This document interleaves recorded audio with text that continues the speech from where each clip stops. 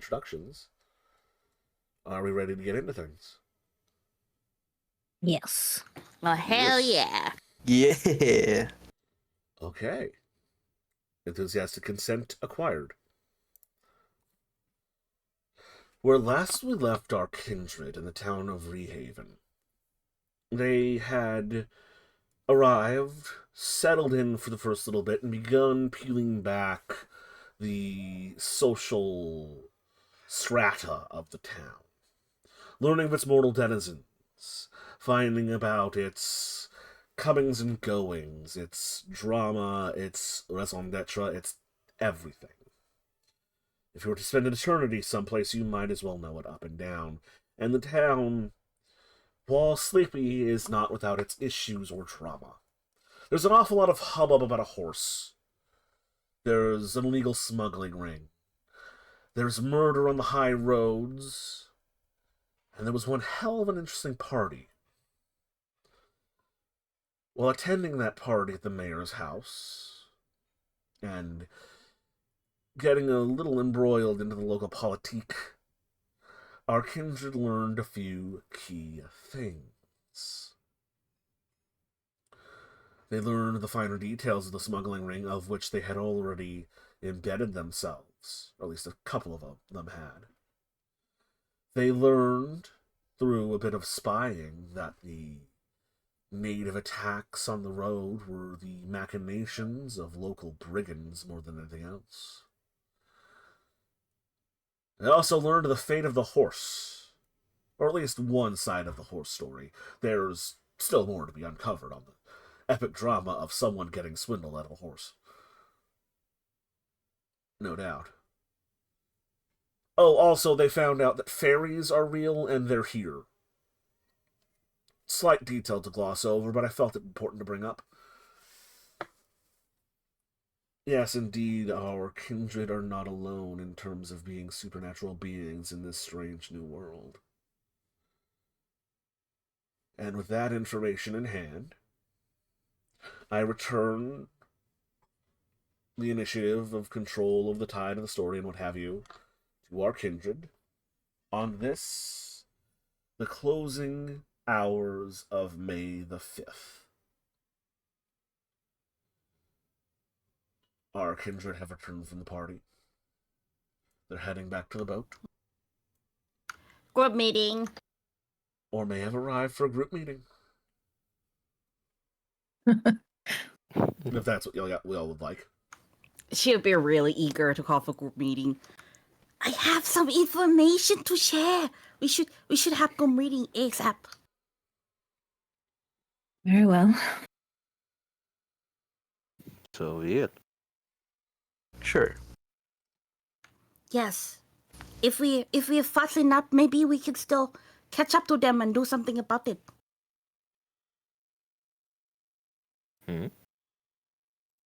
Oh, it's the thing I told you. Can stop. Oh. So yes, first thing first, group meeting.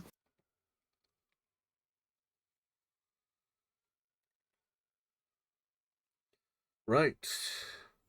I assume you pack yourselves away into the same, or one of several of the same cabins aboard the ship. The thing box that we usually go to.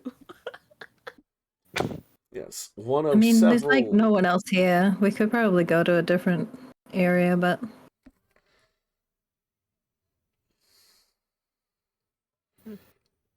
I'll just ask, what part of the ship would you like this meeting to take place in? I guess there's a storage area next to our quarters, right? That's a little bit bigger. Yes. And there shouldn't be anyone in there, so Evelyn will suggest that, so it's less of a cramped space. I was also acting with my eyes. See if Franz is there. Oh, France is always there. I'll wave at Franz. Franz.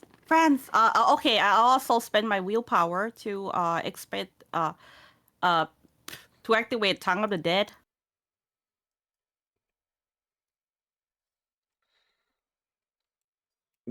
The ghost of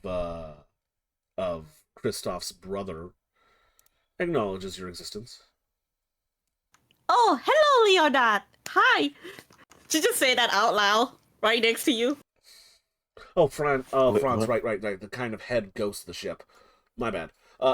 Franz is there. Uh, Leonard is also there. My bad. Oh yeah, Franz. We're about to talk about something that I think you should know about.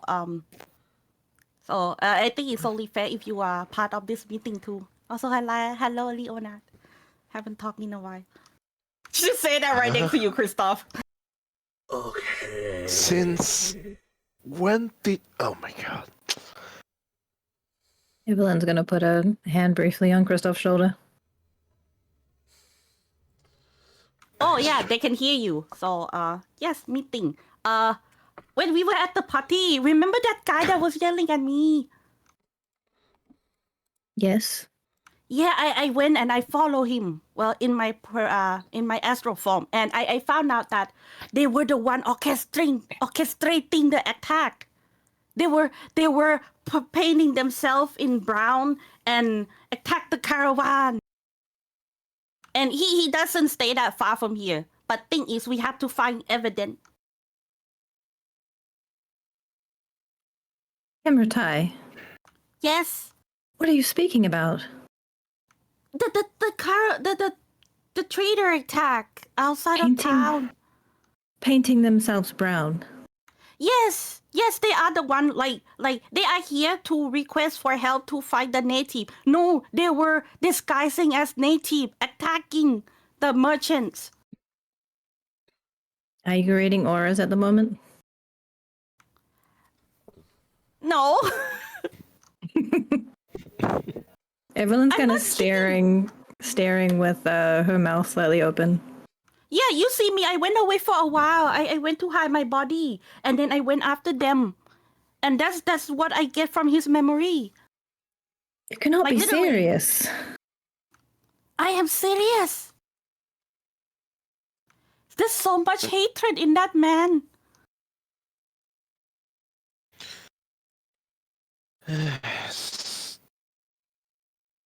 Did you? Alright, let's say that's right. Let's say that you're onto something. I'm onto something. I'm sorry, but this is just a little too much to take on, knowing that Big Bro over here is also listening to this. But do you know? Did you get to see where they're staying at? Yes, I know where they're staying. I can take you there. You're entirely certain that this occurred. It was not a dream or a... No, they were awake when I read it. It's in his head. I was reading his mind, and sometimes when I read mine, I draw out their memory. And this is the man that was yelling that we must Yes, that was him. take up arms against the native people. Yes. He hates the natives. He's got quite a vendetta against them. Yeah.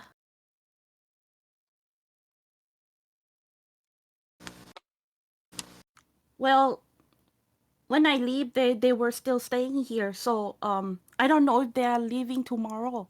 So if we execute something tonight, maybe we'll be able to find something. Especially if they have any belonging from the attack. I can find out. I can use my power and find out. Do we know what was taken? I don't know. It may be difficult for you to rifle through all of their things. Well, And likely they probably... well, items have aura too, you know. if they were there's some wise, they item. wouldn't bring the evidence of their crimes with them. They're from another That's town, I true. believe, to the south. Yes. Perhaps it would make more sense to visit their homes when they're not there. True that. But then if you intend to bring this to the humans and have them met out justice, then you must have a way to explain how you came into possession of these items? Or are we merely going to say, yes, we have evidence, you should search their homes, in which case we need to have convincing evidence enough for them to warrant such a search? About that. She looks at Kristoff.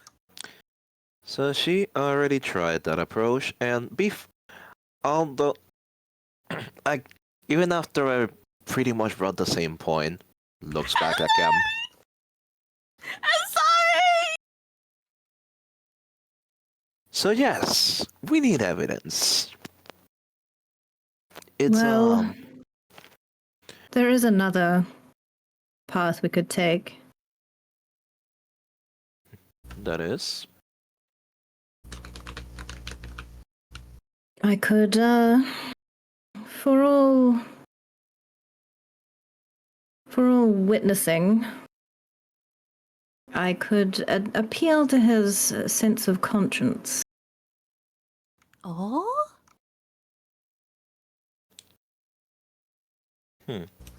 There's a reason that the captain was convinced by what happened to Father Murdoch and allowed us to go free. And that had nothing to do with any of your efforts.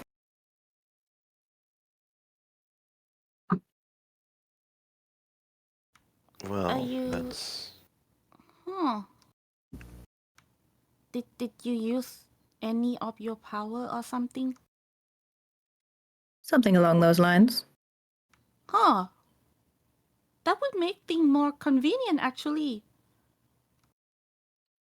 But we'd need a witness. We need someone of official standing to be present.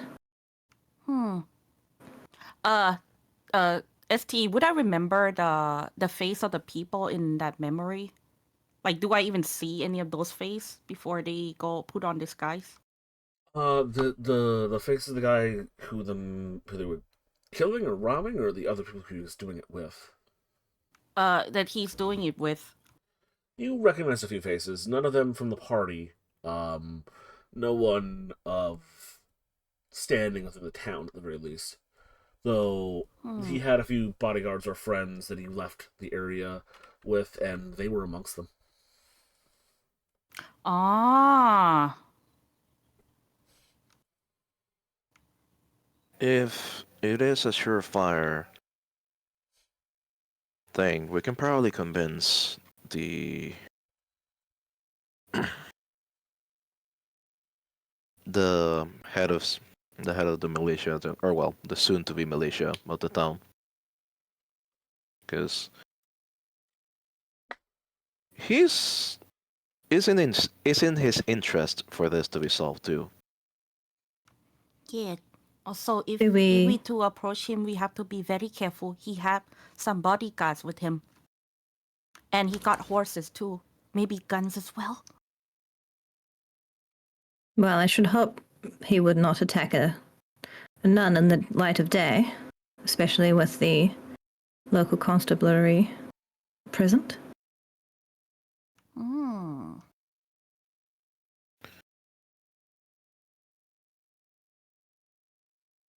So, are we going to his village to solve this, or are we dragging him out to say something tonight? Well, can we have the law enforcement at this time of night? What time of night is it? It's at this point a little past midnight, getting towards 1 a.m. Most people are asleep by now.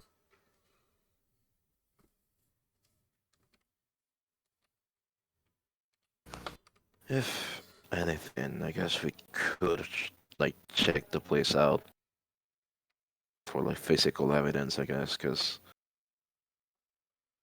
the law enforcement angle might be a little bit too late for. If we have evidence, my concern is that we visit the town where he is from. We find the evidence of the stolen items. And then we find a way to have him in the room with law enforcement and have him confess, then the evidence can back us up. However, we have a limitation. If he becomes aware of the suspicion before we're able to execute the plan, he may move the evidence, hide it, give it away, destroy it. Well, he doesn't know yet, unless he have connection with the Mr. Where the military guy. I have it written down somewhere. Mr. Vorman. Yeah, Mr. Warman. Unless he have connection with the Warman, I don't think he would be aware. That Also, is like, another wrinkle, is it not? We are new here. We do not know all of the ins and outs and all of the relationships with one another. Yeah, That but, is true. Did the Vorman point- seem the point of me inclined bringing toward it him? up to him is just so he wouldn't lend out the men for that guy to use against the native. And did he wanna prevent seem that. open to what you had to say? Yeah, he seemed open. Slightly. Again, to the possibilities of us helping, perfect. To imprisoning someone without evidence, no. You could say, he seems like someone that looks for the best interest of the colony. But he was willing to delay action in terms of throwing his support behind the warmonger. Yeah. That, Well, yes. that's something at least. Yes.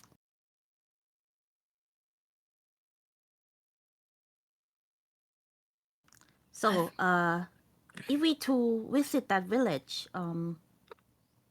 any idea how long it's going to take us to travel there?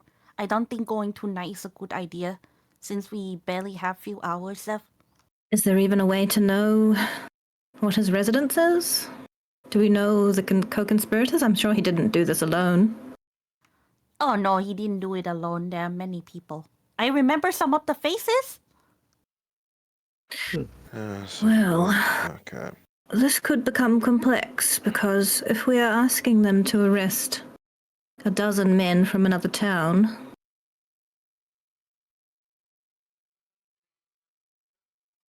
maybe making ourselves enemies and targets. This needs to look as if his conscience has burdened him too long, and he has come forth of his own accord. But you've already played our hand a little in speaking with the law enforcement. What did you say to him precisely? I asked him if he's he's a religious man, and he said yes. So I just told him that I'm really good at seeing if people lies, and I think he may be responsible for that attack. That's all I told him. I see. She glances to Kristoff in case he has anything to add. That's pretty much how that conversation went. You could sprinkle a lot of you can sprinkle a lot of hey, I'm not crazy in there. Oh, Gamratai. The least convincing thing you can tell anyone about your sanity is that you are sane. I'm sane though, kinda. Sane people do not go around insisting that they are sane, my dear. But I haven't done anything crazy yet. It's you talk crazy to me to on a say regular that you are not basis. crazy. What I'm saying is, I'm not accusing you of being insane. I'm saying, keep in mind, the more you insist you are sane, the less people will believe it. Oh, Also, the ghosts chime in at this point. Also, ma'am, You speak to us on a regular basis. Out loud, even. But that's a normal thing to do. She just speak at something empty, like the empty spot. No one but you can see us, ma'am. It's a bit... It looks bad. Well, they don't understand. I don't think that's insanity. They just don't understand. It appears to be madness to the common man, yes. They do not understand and they will judge you for the lack of understanding. Do you follow my drift here? Yeah, I see now. Good. On the second matter, Franz, what was your opinion on smuggling? You just sort of look at you for a moment. I mean, ma'am, I'm dead. Matters of commerce are kind of past me at this point. Yeah, but you're still part of the crew, and it matters what you think. Well, when I was alive, there were plenty of sailors who would try to get a little more than their fair share. We usually whipped them. At least the dumb ones. Ones who got caught. Oh. Well, we were proposed by this opportunity to rebel against the higher power back in our hometown. And he present a pretty agreeable side of his story. And she looks to the other people who will probably be better at explaining this than her. Are you seeking consent from the ghosts Yes! for how we use our ship? He's been keeping the ship safe all this time. Evelyn's going to look at a random empty spot and say, which I do appreciate. And then look back to Kim. He also helped fight the priest. Well, with all due respect to our ghost companions, I'm not certain that it matters much to them at this point in time who takes what cut of the profit. Okay. I just want to make sure it is morally acceptable with them too. Have they expressed any concern? She looked towards Franz again. She's going to glance around at the empty space, kind of like... The ghost is physically immediately behind Evelyn. It's like she's looking in the entirely wrong direction. He's behind you. I could run it past the boys and see if anyone has strong feelings about mortal shipping law now that we're all dead. All right, But thank you, unless Franz. someone had a strong sense of justice, and most of us didn't. To be clear, the reason that we are skirting the local tax is not to deprive any of the locals of any tax. It's actually the king back in England Yeah, that's whom is taking the cream off the top. And meanwhile, people here have no paved roads. They do not have their needs tended to. So this money, at least my portion of it, will be going back into building the community and making the place better, safer. Are you trying to make a convincing argument to the ghost? She's just stating her point of view about it because Kim seemed a bit lost in explaining it. Seems to be liking what you say. Go ahead and roll me a charisma plus leadership. Okay. Can I assist with how much I'm agreeing with this? Yes. Vigorous nodding. Roll one additional die, Evelyn. Yay! Okay. So charisma and leadership.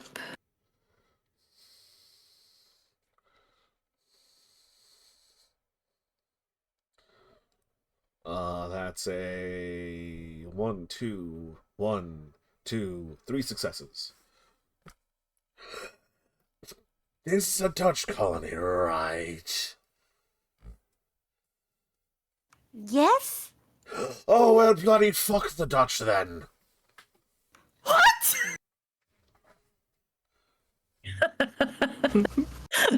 Okay, I'm suddenly surprised by racism. I'll see about the boys and see if anyone cares whether the lowlands gets their cut or not.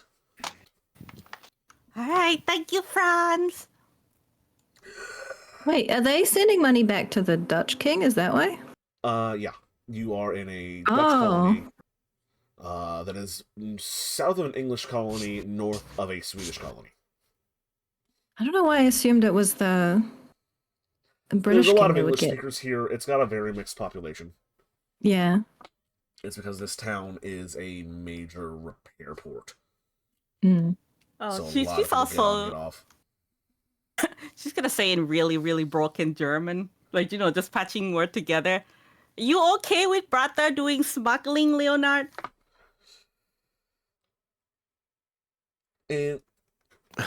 In whatever German you barely understand, Leonard says back, "Great, more disgrace." Can't just put her head on Kristoff's arm. What did you say? Great, more disgrace. Be Yep, nice. sounds like- Kill bandits at least. Kill bandit at least. She gives a thumbs up. We're going that direction anyways, no? Yeah, I mean, capturing, no? you're doing the good thing, Kristoff. She looks proud. Chivalry, justice, embarrassment, brother. She Everyone relayed looks that very message. tired.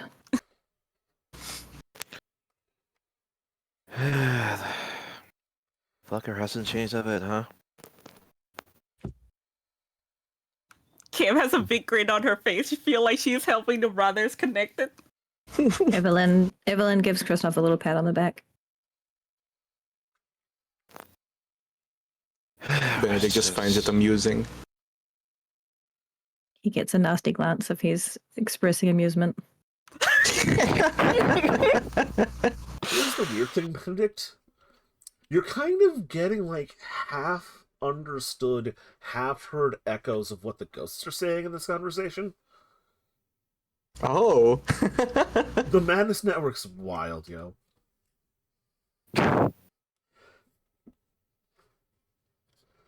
All right, so that concludes our meeting. How are we going to talk to the captain? Regarding the smuggling, or Yes. I think he are waiting our answer, right? yes, well, I will explain to him. Okay. I trust you. You're better at talking. If that is all, I'll go and speak with him now before he's put himself to bed. All right. Alrighty. I'll Okay. go check. I'll go check with the other two. I'll see you guys. She'll wave at Leonard and Franz that probably already left. The ghosts are still lingering. Oh, okay. She just waves at Franz them and has then gone off cool. to go and poll the other ghosts about their opinions on smuggling, I suppose. But, oh yeah, forgot. Then I'll wait here. I'll wait for Leonard. the opinions. Oh, Leonard is always just sort of monitoring Kristoff's behavior. before Kim leaves, Evelyn will say, "One moment. It has occurred to me that it would be rather more convenient to have at least one full trip of returning to Europe and then returning here for the vessel so that we can have access to some of our investment. Okay. And to be quite honest, if the plan is for the ship to go back to Europe and then directly from Europe to Asia, then it's a matter of years before this smuggling would even be of any relevance. And we know not who might be in this colony at that time. Disease, humans are so fragile. So would it perhaps be more practical to delay sending the ship all the way Okay, I to the will Pacific? I'll tell Franz when he comes back. Well, I'm not dictating. I'm merely saying we are establishing ourselves here. We will need funds. I'm not certain what your plan is beyond getting involved in the minutiae of humanity, but you'll need funds. You'll need a place to Yes, we do. be safe and secure during the day. We won't be able to stay on the ship once it leaves, unless you plan to leave Yes. with it. Oh no. Absolutely none. Where? I'm starting a farm. I didn't tell you this yet, but I'm thinking about starting a farm. But you'll most big certainly need house. funds. You'll need people to tend the animals during the day. Yes. You'll need land, you'll need buildings, you'll need some type of secure location to rest, perhaps a basement. Yes. Going to build a big basement too. So perhaps it would be more practical to delay sending the ship so far, because that would be a matter of 5 years. And True. we rather need safe and secure locations now. Yes. That would be about 6 months delay, correct? I believe so. It took us, a little over 2 months? Yes. About so, yeah. So 4 to 6 months, perhaps. I'll let them know. These ghosts are, at this stage, they've been aboard this ship several years. I cannot think that half a year more would make too much of a difference.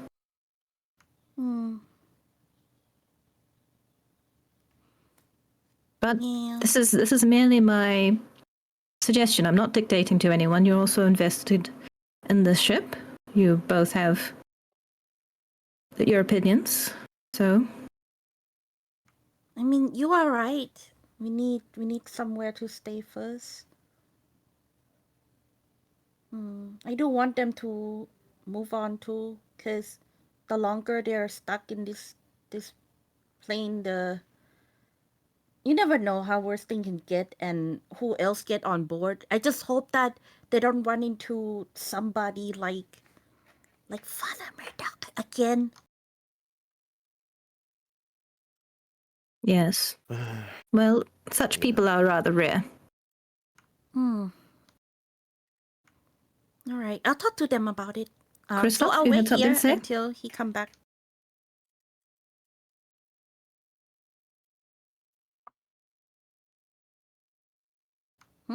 Christoph? What was it? You had something to say? Well, you're definitely making sense there, and honestly, God didn't know about the whole Pacific thing until rather recently, so Oh yeah, I meant to talk to you about it, but We did have a You never- discussion before it was agreed upon, but yes. I waited until we landed because I did not think it was prudent to distract us while we were focusing on the end of the journey. I tried to tell you last week, but we end up talking about something else instead. Sorry. still, I'm on Evelyn's side on this one. Rather, better to be safe in this case. We kind of lead the ship still. Yes. We also do not know what it will face and whether it will return from Asia, so at least we could get some return on our investment prior to such a risky venture. All right. Very well. I shall speak with the captain, unless anyone else has any other business. I'll wait for Franz to return and then let him know. And yes, I'll catch up with you. Very well. Just gonna find a nice spot to sit and wait. So, Evelyn, you go up to the captain's quarters. You wrap your knuckles out the door, and you wait. And after a couple minutes, you knock again, and you wait. And after a couple minutes more, it's a bit clear the captain has fallen asleep. All right. I'll go back to my room and write a note, and then just slip it under his door, just like a, basically just saying, you know, I came by, but you were already asleep. I'll speak to you tonight. All right. From Evelyn. From Sister Patrizia, whatever. I can't remember. I think I'm Sister Patrizia to him. I'm pretty sure I'm that to everyone except the Your sister Patricia other to everyone vampires. but the, Yeah. but the undead, yes. Yeah. And then I'll leave that. Can we tell you end up waiting for about a half an hour? Yes. Franz returns. Oh. Mm-hmm. Turns out no one's really too fussed with the notion. Ah, that's a relief. So long as we're not smuggling opium. Oh, no. Mostly items and people. But thing is, slavery is illegal here, which is good. But there's extra step to that is they are making people work for some time. I don't intend to acquire those people and pay them fairly. So that should help with their condition, I think. Okay, I was talking about drugs, but I haven't checked if... I'm not okay with bondage. Oh no, they're not gonna be anything like that. Going to make sure that they're well treated, like a proper human. Us.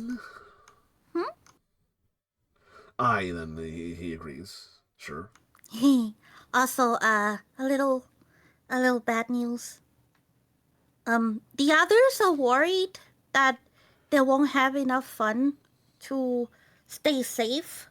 So we agree that the trip to Asia may be delayed by 6 months. Would you be alright with that? Basically, the trip will go back to England and then come back here once, and then after that, Asia. Morale is a very important thing when you are not but spirit, ma'am. If this is the plan your mortals will be carrying out, there's not enough of us to steal the ship. But a few who have been waiting to see the other side of the world might be disappointed.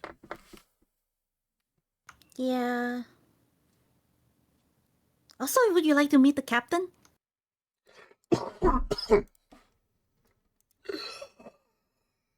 We've been in and around this ship the entire journey, ma'am.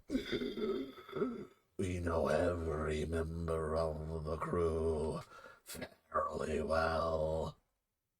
Oh. Their dramas, their triumphs.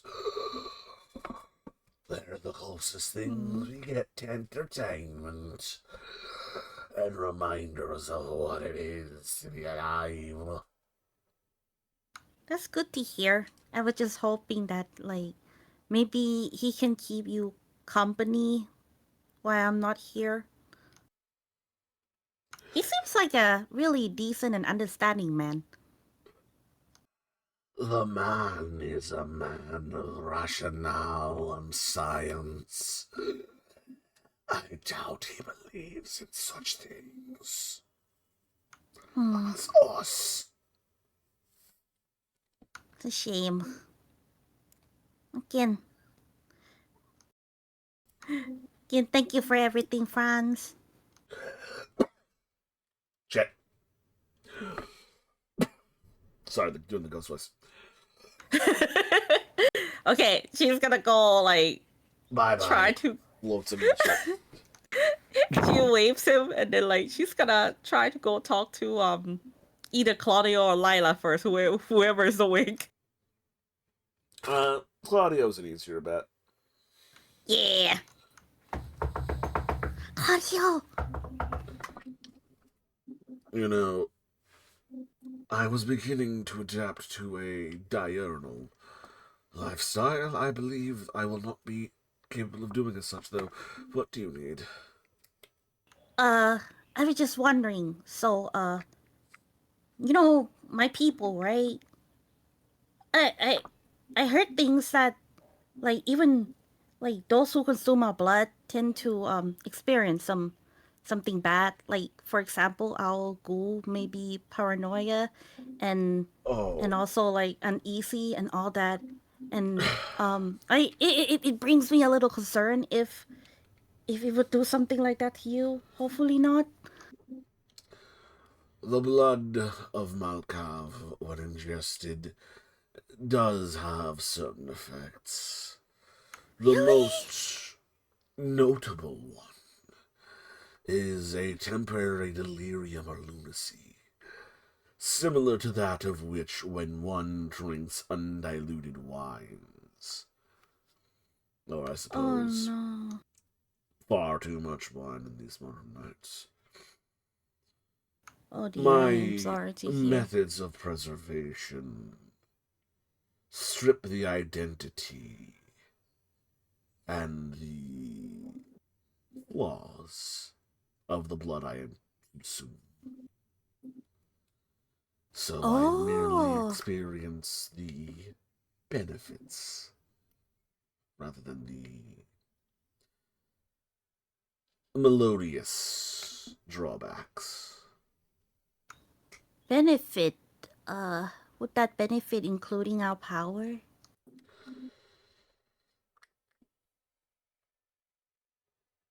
I cannot drive people mad if that is what you are asking.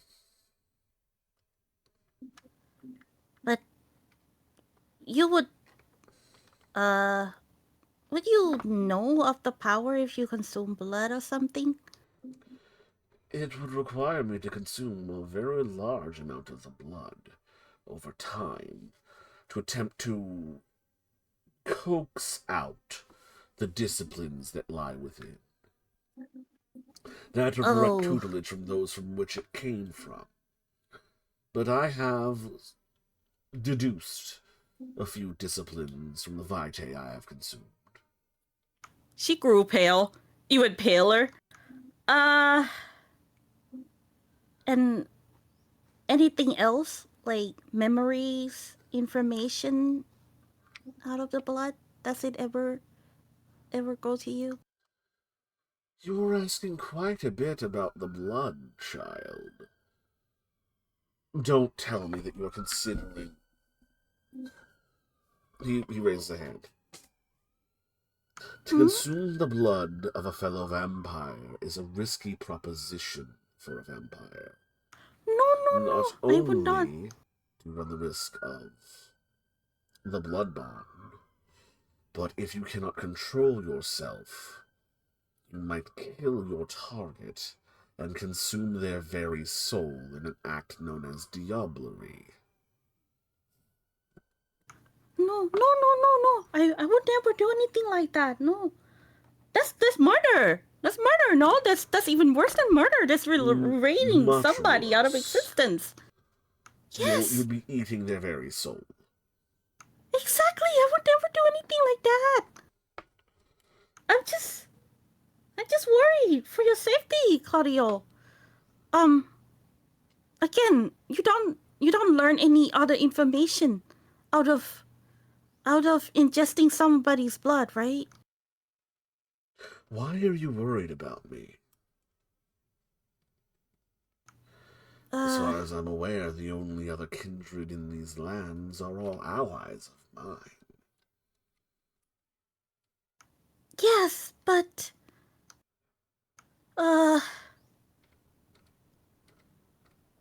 please tell me, do you learn any other information out of the blood? He examines you very carefully. She's genuine, just worried for his safety. What has gotten you so spooked? No, I do not consume the memories of a kindred when I drink of their blood. Oh, okay. Okay, that's a relief. Alright. Why are you so concerned, though? Is there something that one of our compatriots remembers that would put me in harm's way? Yes.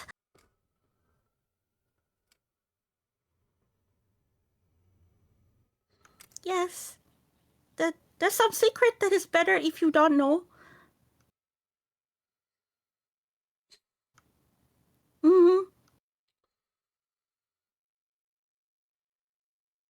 Kamrutai, I wish to be civil with you. I wish to be polite. But I have lived far too long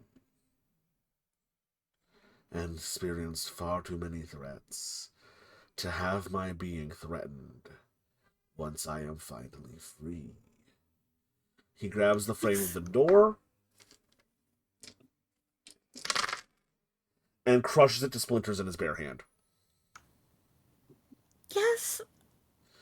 If one of our compatriots means to do me harm, I implore you to inform me. Look, nobody would do you harm, but some of us have secrets that it can bring both them and you danger if you find out. So one of us is a danger to themselves, as well as anyone who discovers the secrets they hide. Yes. Then I suggest, if you know whom this is, you make sure they are very, very good at keeping those secrets. Because often in cases like that, it does not matter who knows the secret, but merely those who are around them that are in danger as well. Oh. Yes. After all, if I wanted to end the life of someone who knew something dangerous to myself, and there was a chance they could have spoken word of it to others, I would not leave a single one of their compatriots alive. You're right. Oh no.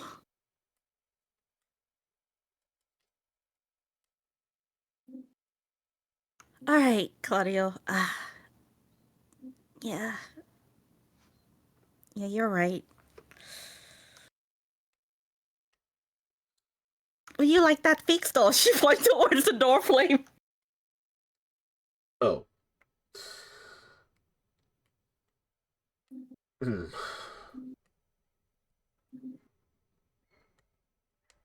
just sort of shrugs. Yeah, that would be it. I just want to make sure that it's not too late.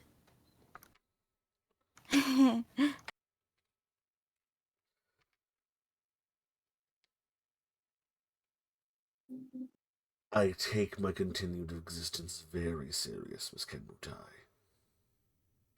Mm-hmm. If you know this secret, and you know the one who's endangered by it, I suggest you have a very frank conversation with them about making sure that his secret does not endanger those around him, and that they take responsibility.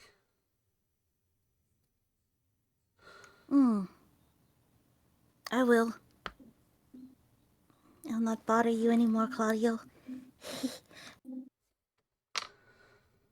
She'll timidly, slowly scoot towards the door to leave.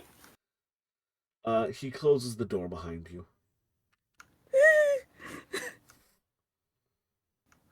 Well, that's out of the way. Whew.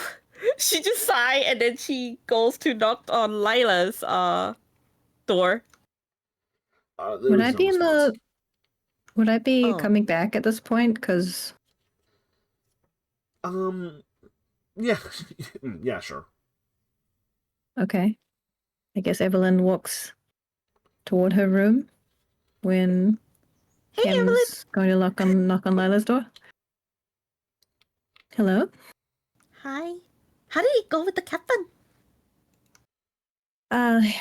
I was too late. He's already retired for the night. I shall speak with him tomorrow. Yeah, I think Lila is high too. Lila's still aboard the ship. Yes, it's not safe outside. A woman just got burned. I can't just send her out there. No. Like, Is that not she's in a safe different right here. town? Yeah, but still, it means that people here believe that, burning women solve problem. And that's not a good thing. Yes, well, I shall be working upon that mindset very swiftly. Yeah. Actually, I'm thinking about asking Lila to move into my household with me. It'll keep her safe. Kim, do you believe you're friends with her? Well, I do. Even if she doesn't, I do. I think Lila is a good person. Oh, child. Really good person to be exact. Why?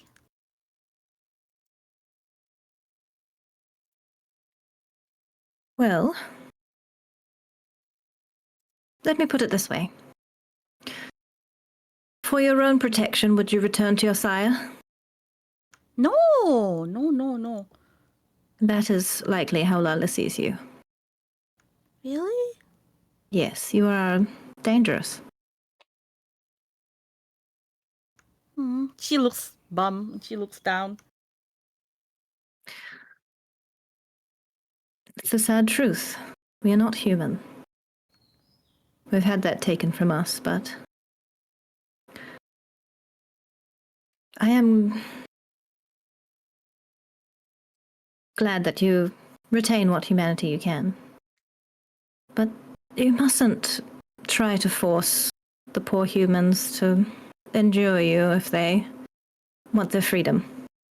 You do not amend slavery. It's not in your nature. So don't attempt to enslave her with some type of affection that she honestly cannot, for her own well-being, endure.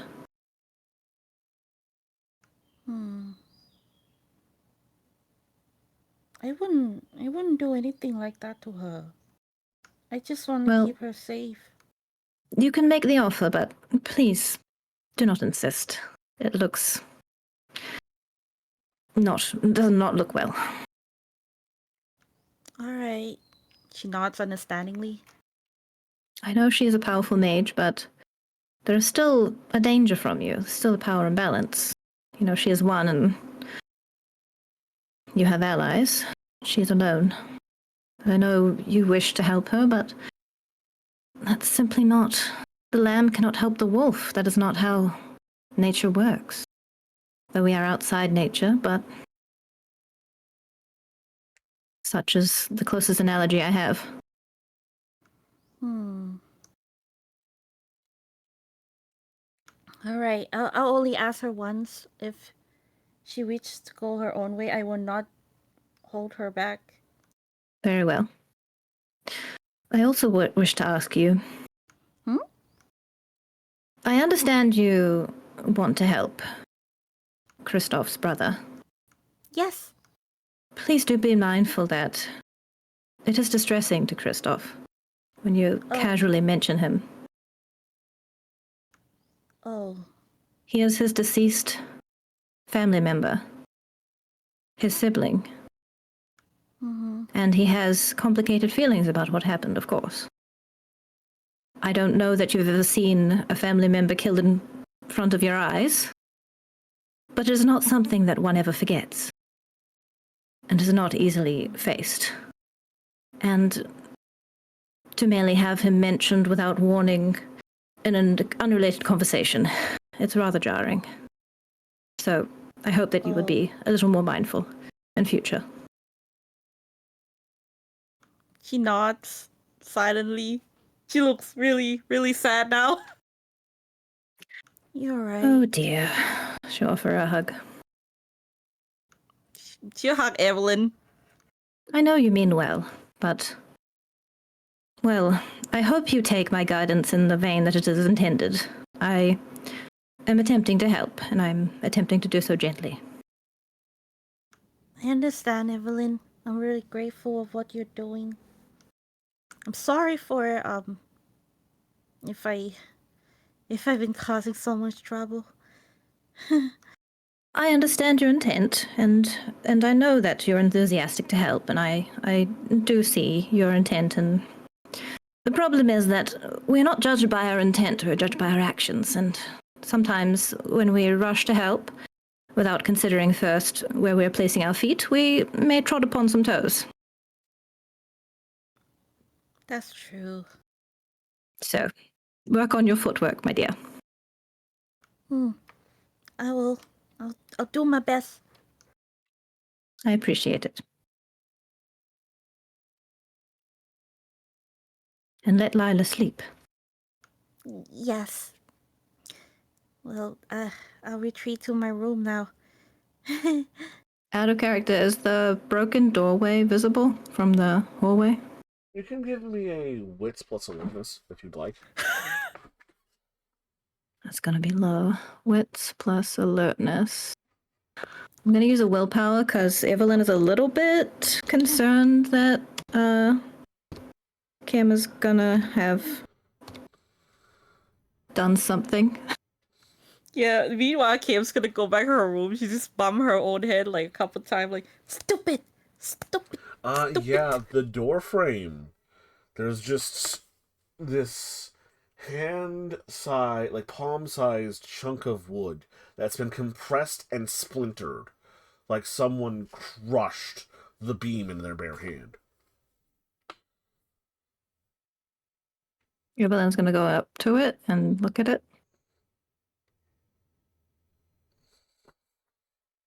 Yep, that's a splintered chunk of wood, all right.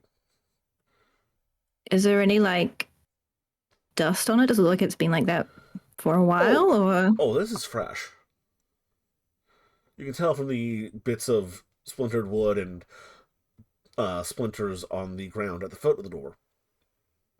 She's going to glance around. Is there anyone else in the hallway? Nope. Okay. Knocking. Claudia? There's a pause, and then the door opens. Evelyn. Is everything well? Is it? I believe you and the others just returned from a social get-together. Yes, you attended, did you not? Oh, yes, he did. He did, actually. Yes, but I bid a quicker retreat than the rest of everyone else. Well, what happened to your door? It's a funny thing, the disciplines. Sometimes, when you've not exercised them in so long, one forgets how strong one is. Oh, Of buzzing of a fly a day. reflexive action. I see. Well, very well. I shall not disturb your rest any longer then. But, do know that I am here should you need to discuss anything. Unlike the others, you would be likely the one most likely to understand, not due to their own personality issues or what have you, or lack of seriousness, but because we know the same man. I will keep that offer open. And likewise, Thank you. just Malkavians say the darndest things, don't they? Oh, Lord, give me strength. They say nothing but. I've already had a conversation with her about pressuring certain humans into her service and being guileless about her mention of deceased family members. It is as though she doesn't know she's dead. Oh, she has no clue. And then there's the other one. Ugh.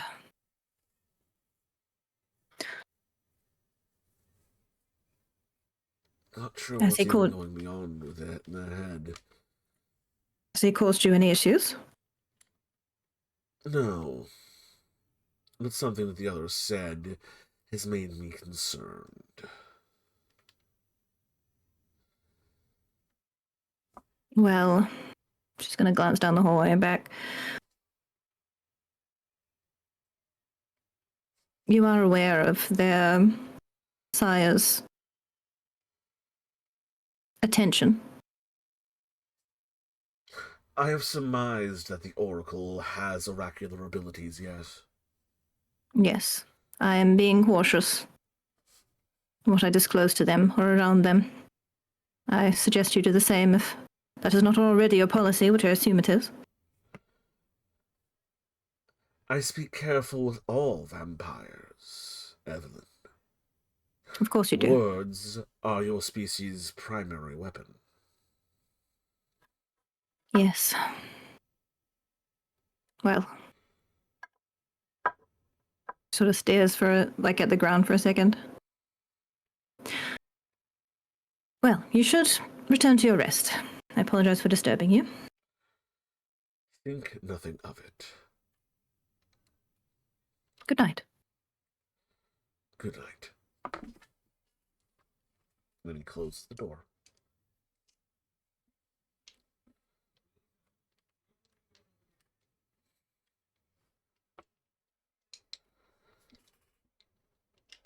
Is there anything else anyone would like to do tonight? Nope. No. Okay. Time moves forward. The sun sets, the sun rises. Well, the sun rises, the sun sets. Your bodies all digest a point of blood. You all regain a point of willpower. And one by one, as the twilight turns into evening, you all awake.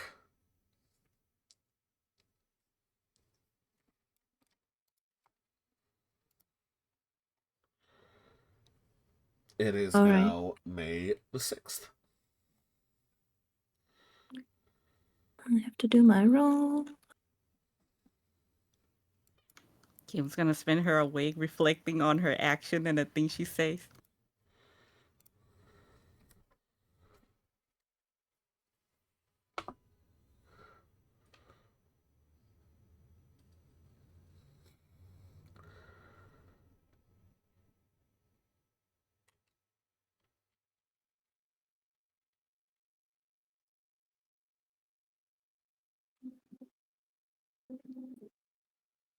Okay.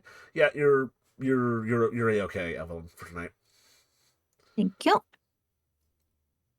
Uh-huh. Is there anything anyone would like to do this evening? Evelyn needs to speak to the captain. Mm-hmm. I need to look for a slaughterhouse. Okay. I really hungry.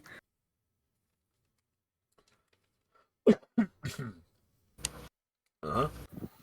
I'm going to look for the really, really big guy. Okay. I believe someone's coming to talk about a horse today, so... I could say again, Christoph, you're a little quiet. Oh, sorry. I believe someone's coming to the boat to talk about a horse today, so... Yes. So that's one thing for everybody. I'll go in order left to right, high to low. That'll be 1, 2, 3, 4, 5, 6, 7, 8, and I'll re-roll on a 9 or 10. So we're going to start with Evelyn. Early in the evening, you make your way upstairs to the captain's quarters. Mhm. Wrapping your knuckles against the door, the captain opens rather quickly. Good evening, Captain.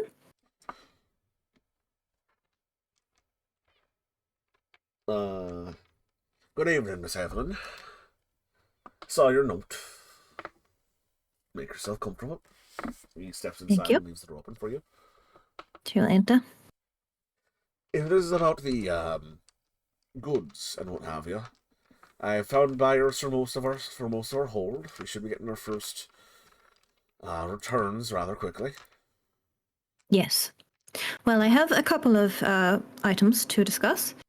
So I understand that we discussed you making a trip to the Pacific. However, we wish to delay that.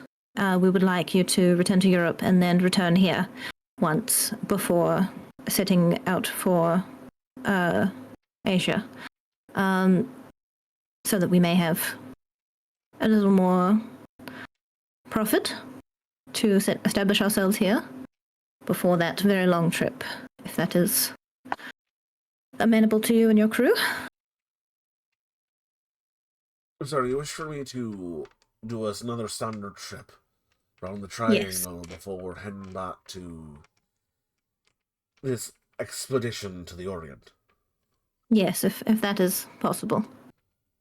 Well, I'd had a few things already charted out, but nothing on set in stone, as it were.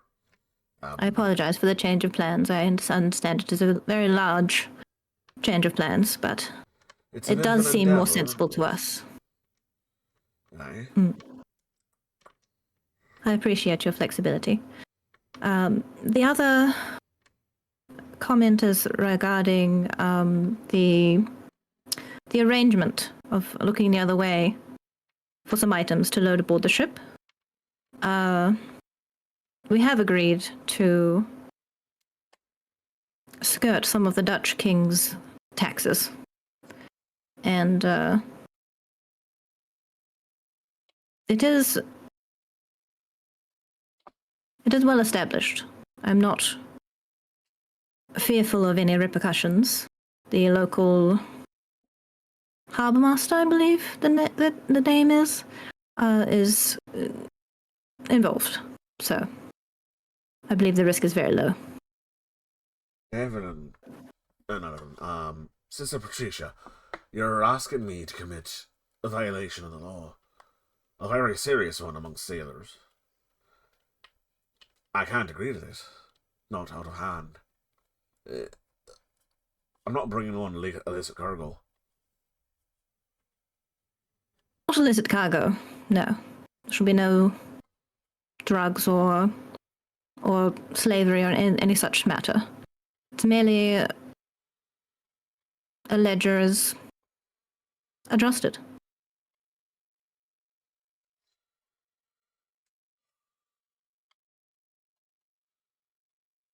Why should Dutch king, far away from these lands, profit from the labor of these people? What is he doing for us? His armies do not protect us. He again. Before I say his reaction, you have made an argument. Go ahead and roll me charisma and leadership. Yeah, charisma and leadership. Charisma and leadership.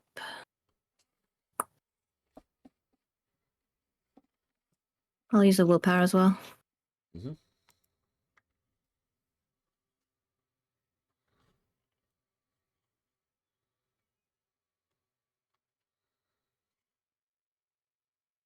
I'm feeling convincing.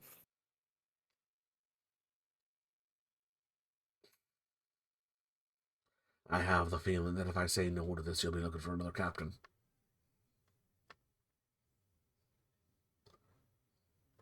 Well, discretion is very important. Certainly.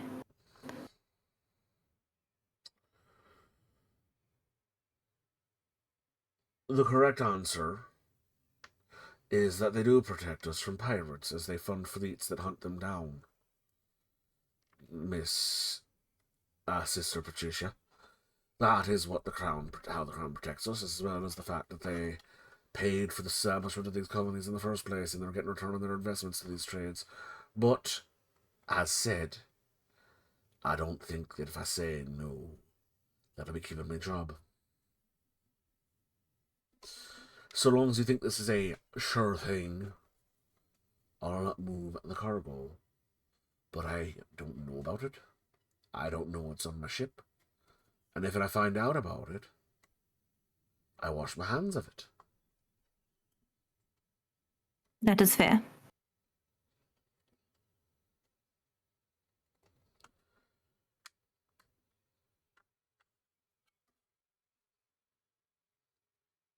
Is there anything else? No, that will be all.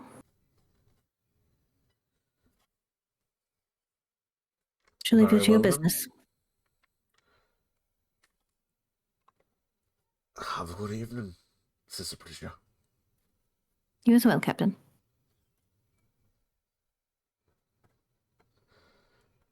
And he goes over to his desk and starts pulling out ledgers and books and maps and charts and a few other things.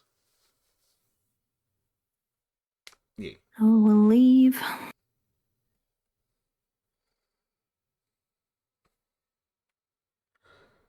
Okay. Next up.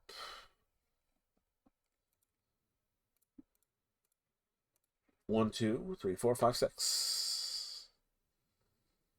You said 1, 2, 3, 4, 5, 6, 7, 8, 9. That's a 10. So we roll that. Oh. 6. It's going to be Kristoff next. Where were you headed, Kristoff?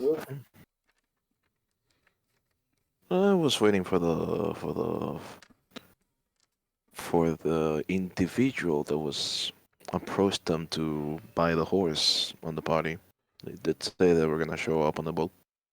Right. So you're waiting at the docks, not too far from the pens where the horses are being kept. And early on in the night, this gentleman does approach. Oh shit! Wrong thing. Portraits. I have a million of them. There we go. This gentleman approaches. Crap! I keep forgetting that I cannot just drag and drop that while I am. It's fine. Don't worry about it. There we go. This gentleman approaches you on the docks.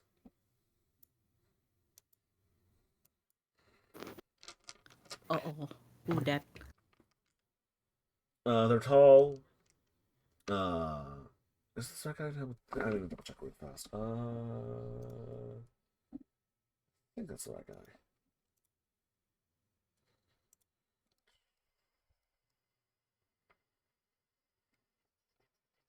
Believe it was redhead.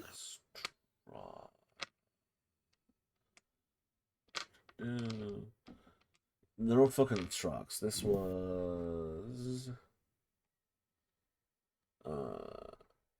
Wait, no, it was Hansel who was offering to buy the horse off you, not. Right. Mm-hmm. Right. Wrong member of the feud. This gentleman shows up. A bit lanky, average build, bit on the shorter side, but well-to-do enough for most of them.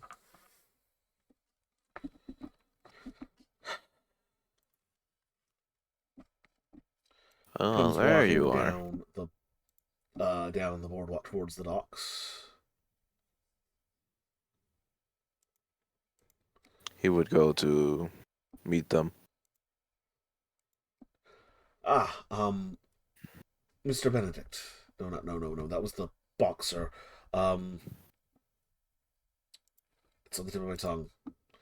Christoph. Yes. Yes. Glad to see. Glad you made it. So, Well, it seemed the only promising lead to wrap up this nonsense. Uh, Hanselstrock.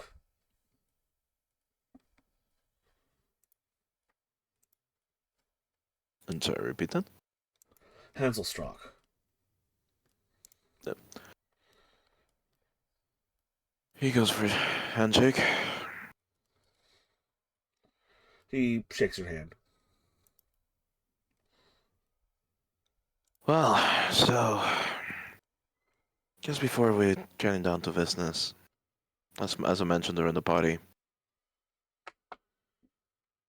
what the hell happened to the other horse? Oh, the horse. Bullshit. So, his demeanor goes from, like, strained professionalism immediately into, like, personal distress.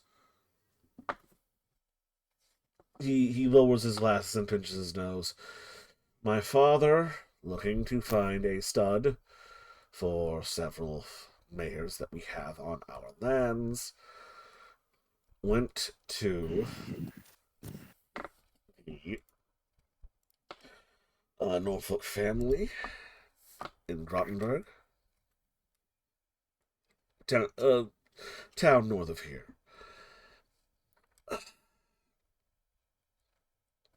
and secured a horse. He paid up front, and on his way home, the horse keeled over and died on the road.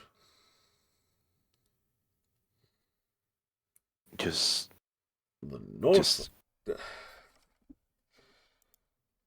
Now, the Norfolks say that the horse was a good, strong, and strapping stud, and that, well, in addition to several insults upon my father and my bloodline, it would be impossible for the creature to have died such an ignominious death, and that they were never paid for it in the first place. As much of a curmudgeon as my father is, he is not a horse thief. He is not fit enough to be a horse thief.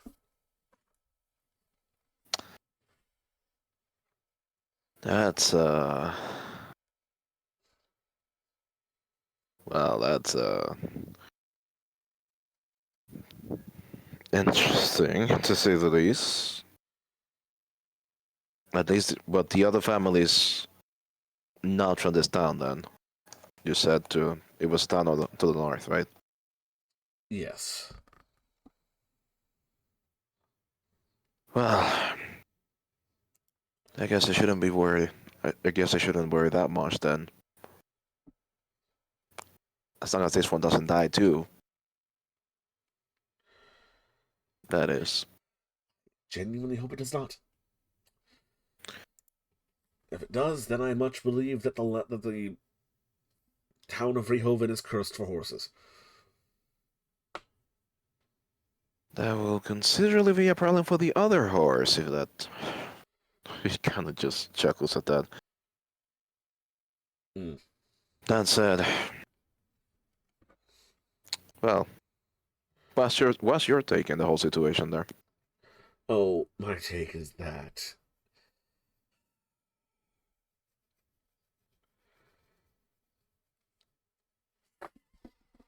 is that this is much too much of a problem for me to be caring about.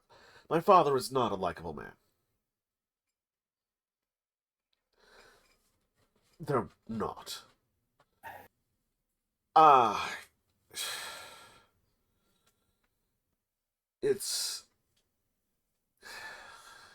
it's a number of things, but it's only been getting worse in the last few years since the accident hurt his back. God, before the horses, there were already death threats. Now, it's getting worse. If anything, I'm willing to bet the Norfolks sold him a shit horse, knowing it would die halfway on the way home, using this excuse to stir up trouble or defame him more than he already is. It's all nonsense. Half of this is just because they have a competing mill. And that's kind of what I worried. But then again, just keep an eye on the horse if we do need your horses from here on, I guess. Well, it'll be spending tonight in the public stable, so if anything happens to it, the perpetrator will be flogged. If not worse. Horse theft and murder is a very serious offense. And in the morning, I will take it home, where, if we are all very lucky, it will spend the rest of its life being a stud.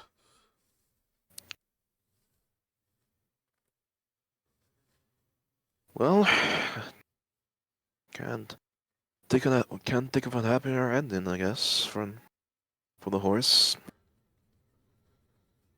But How lucky it gets to be. Couldn't we all be that lucky? gotta deal with the hand the lives gives you. That's kind of my motto at this point. And no one can choose their families. Or who their families offend.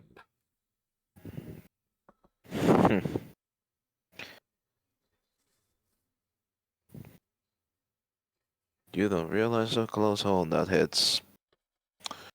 But, enough said. Let's talk business, shall we? Right. I can offer you abstract pile of money. So here's the deal. What is your wealth background right now? Your fortune, I believe it's called. Have one? Resources, you mean? Yeah, that's the one. Resources is a 2? Okay, so he can offer you. The horse is not going to be valuable enough on its own to raise your resources score, but it is a 3. I believe I called them fortune. Yeah. Let's call it fortune. It is worth 3. He is offering you 3 dots worth of fortune. The way fortune works is you roll that many dice, you can roll it that many times, and when you have rolled it that many times, it's gone forever. Just one time use. In this case, since it's 3 dots, it's 3 times use. 3 time use. Okay. Yep. Horses be valuable as shit in a land without horses. And a land that we are trying to live at, so that's yeah. Money. Yep. That is, after a bit of haggling, that's what you arrive at for the value of one horse. He would agree to the deal, considering that the danger is in another town, and they're not gonna try anything weird. But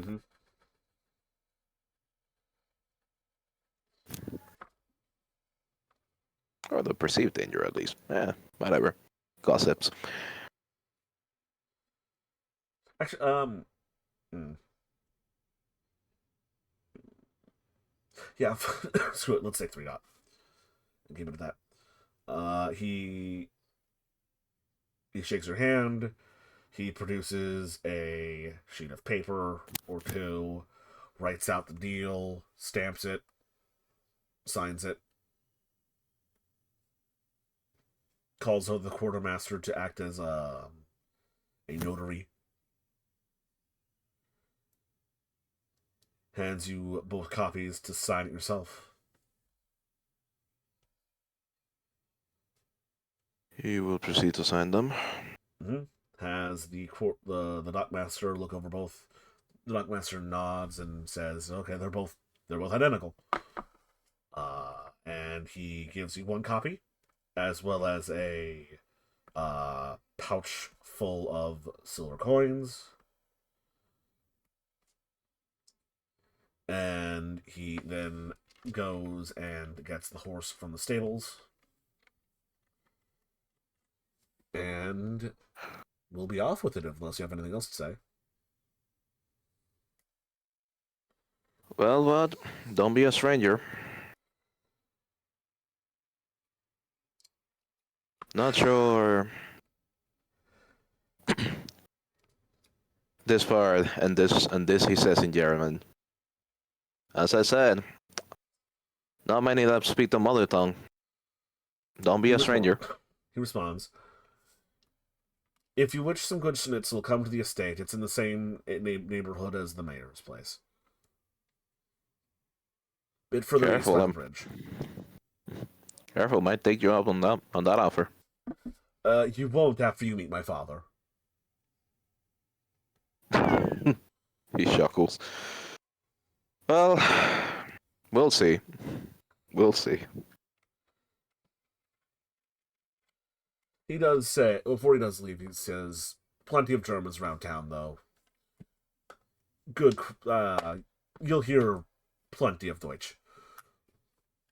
And then just walks the horse towards town. He doesn't ride it away.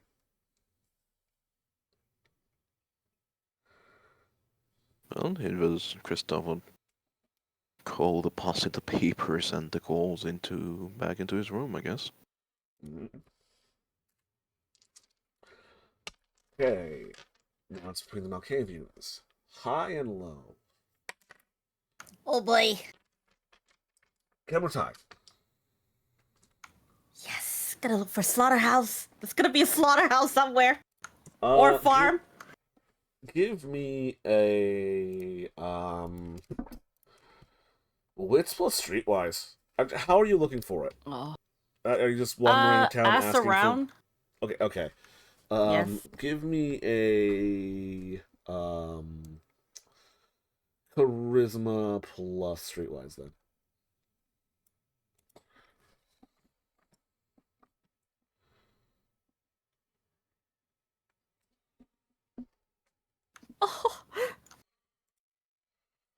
You wander into town. The evening is drawing in. It's probably somewhere around 6, 7 o'clock, as you are the earliest riser in the group.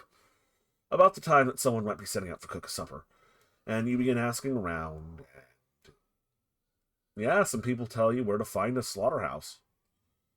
They point you to the northwest side of town. It's one of the buildings leading in from the fields. He knocks on the door. Hello? You open the door and you see a portly woman with a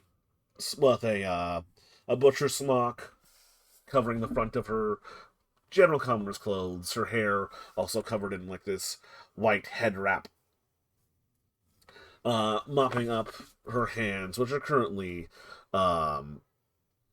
very red. "Oh, how can I help you, miss?" "You've come in time. We're about to be closed." Oh, thank goodness. Do you happen to sell any pig's blood or cow blood? "Just the blood?" Yes. "Well, we have some left over. I was about to dump it, I suppose. No. If you were going to be making a blood sausage, it would be fine for that. It's just She looks you up and down. They're delicacy. Yes, I would like to buy all that you have. That's a lot of blood. We just had Yes. a cow come in today, as well as a deer. Ooh, Um, lot of blood. Maybe I could take some bucket today for now. and that's what I'd be Like, putting in. That's what it's in right now. perfect. Are you? It's a lot of blood, Hmm. and I mean, Uh, no offense, you don't look like you can carry all of it. well, I'm more stronger than I look. And she tried to pose like she has muscle, which she doesn't. Well, I don't have any coin with me, but I have this. She's gonna pull out one of her pinky ring, her gold pinky ring. Can I pay with this? So, so you do have a resources stat. Yes, I do have resources stat. Uh, so roll that instead of just Okay. offering one of your irreplaceable pieces of noble jewelry from the other side of the planet. Oh, I can do that. Yes, that is what resources is. They are dice you roll to do Oh, combos. oh, nice. Yes, yes, I'll do that then. There you go. You have more than enough money to buy blood that this lady was honestly going to dump out because she thinks it was going. She had way too much to cook with, and it's Mm. gonna go bad soon. There's no refrigeration. She killed those animals this morning. Look, why don't you let's just do some business. Like, why don't you have somebody deliver the blood to that boat on the dock? Oh, so we're going to have it cooked for the whole ship then? Yes. So like every day, instead of dumping those blood, you can just deliver it there. Yes. Hmm. Well, we don't get a fresh kill every day, but roll me a. You have the money. It's just a matter of convincing them to go through the trouble of this to make it a regular deal. Okay. Roll me a charisma plus. What do we call this? Finance.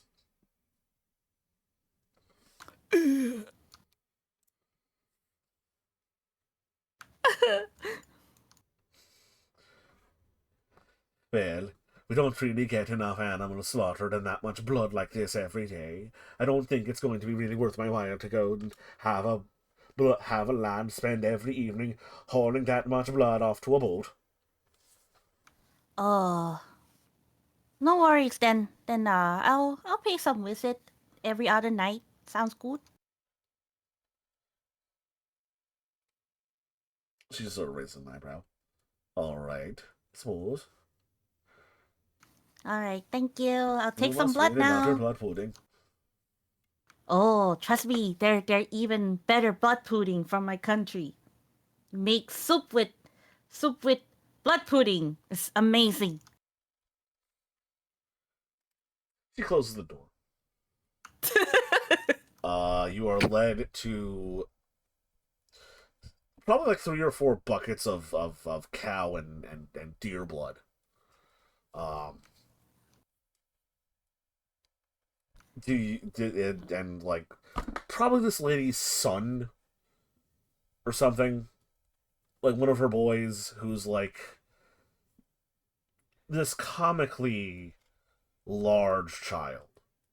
Like they're probably no older than 13, but they're already 6 foot tall and plump. Holy. Um, and I assume you're going to try to stave off your hunger till you get back to the boat. Actually, consider the air at like No. 5'10" and plump. Um, Just gonna have him like deliver the blood to the boat, and I not like. Would I know if anybody's in the gallow right now? the galley? Yeah, Probably. the At galley. this point in time, The crew would probably be having their dinner when you left.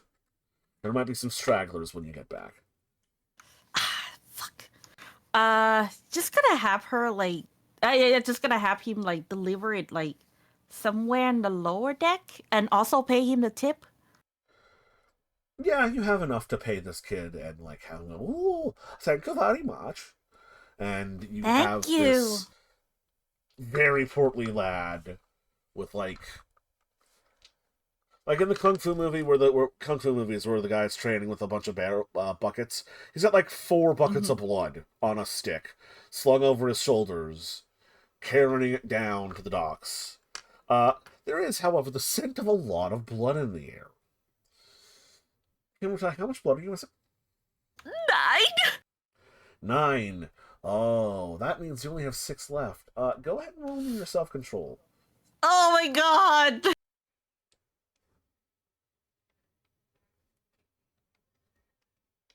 Oh thank god.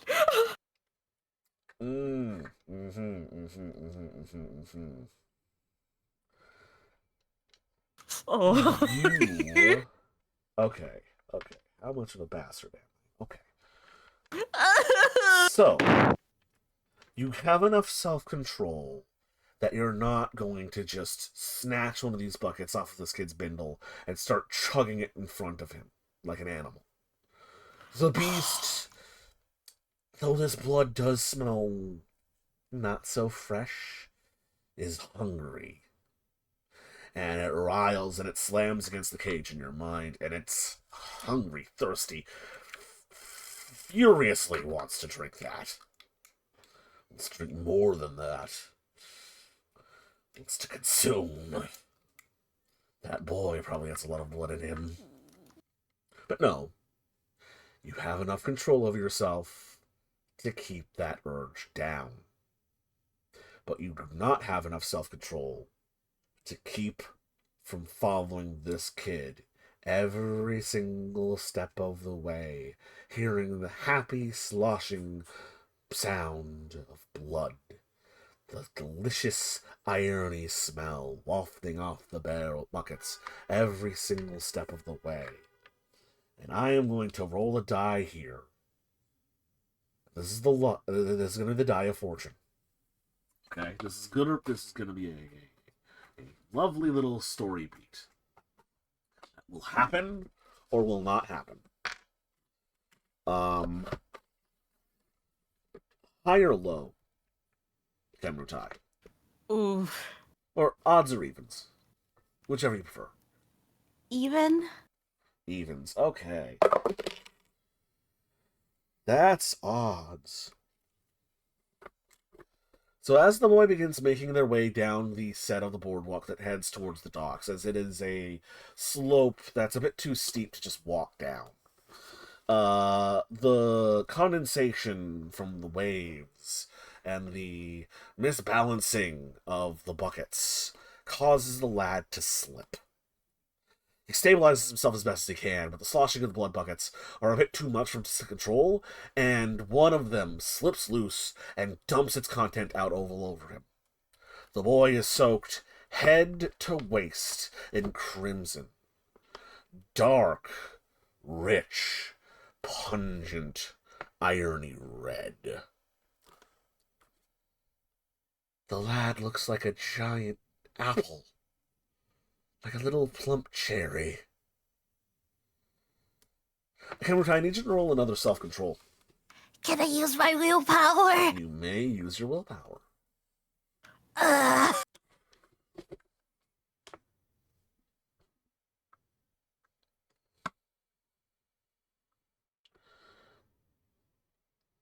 Oh.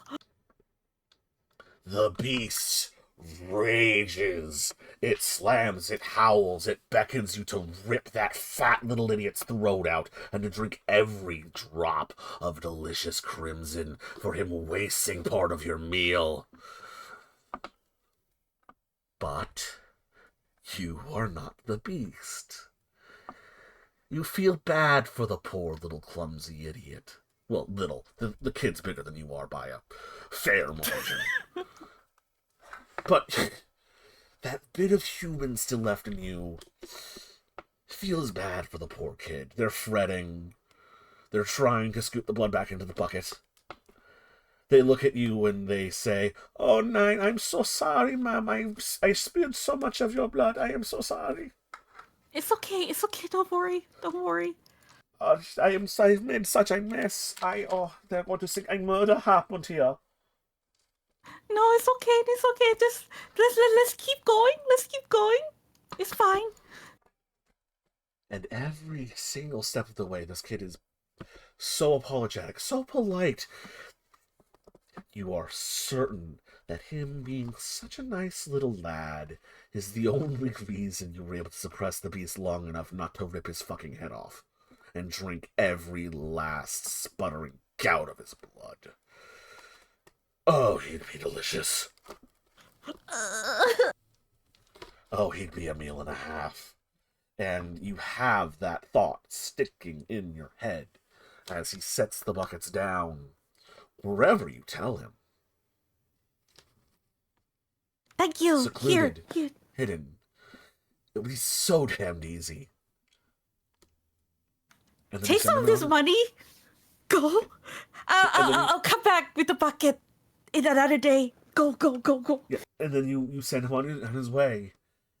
And no witnesses, no one around. You tear into these buckets of blood like a possessed monster. The beast let off his leash for this one glorious moment of satisfaction. You gulp down this lukewarm, cold sludge of blood. The beast revolts, but consumes, trying anything to satisfy its endless hunger, like tearing into stale bread. It is not satisfied, it is not happy, but for the moment, it's a bit more full. By the time you come back to your senses, you have practically licked this galley part of the deck clean. There is no blood left.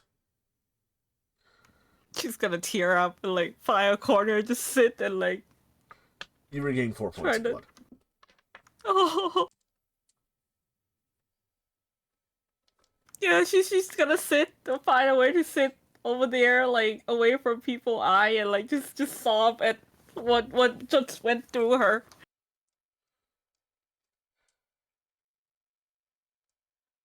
And that's where we're going to pan away. And cut over to Benedict. Damn. Benedict. For some reason, when we were out walking town, you're feeling kind of peckish, but also like the back of your throat.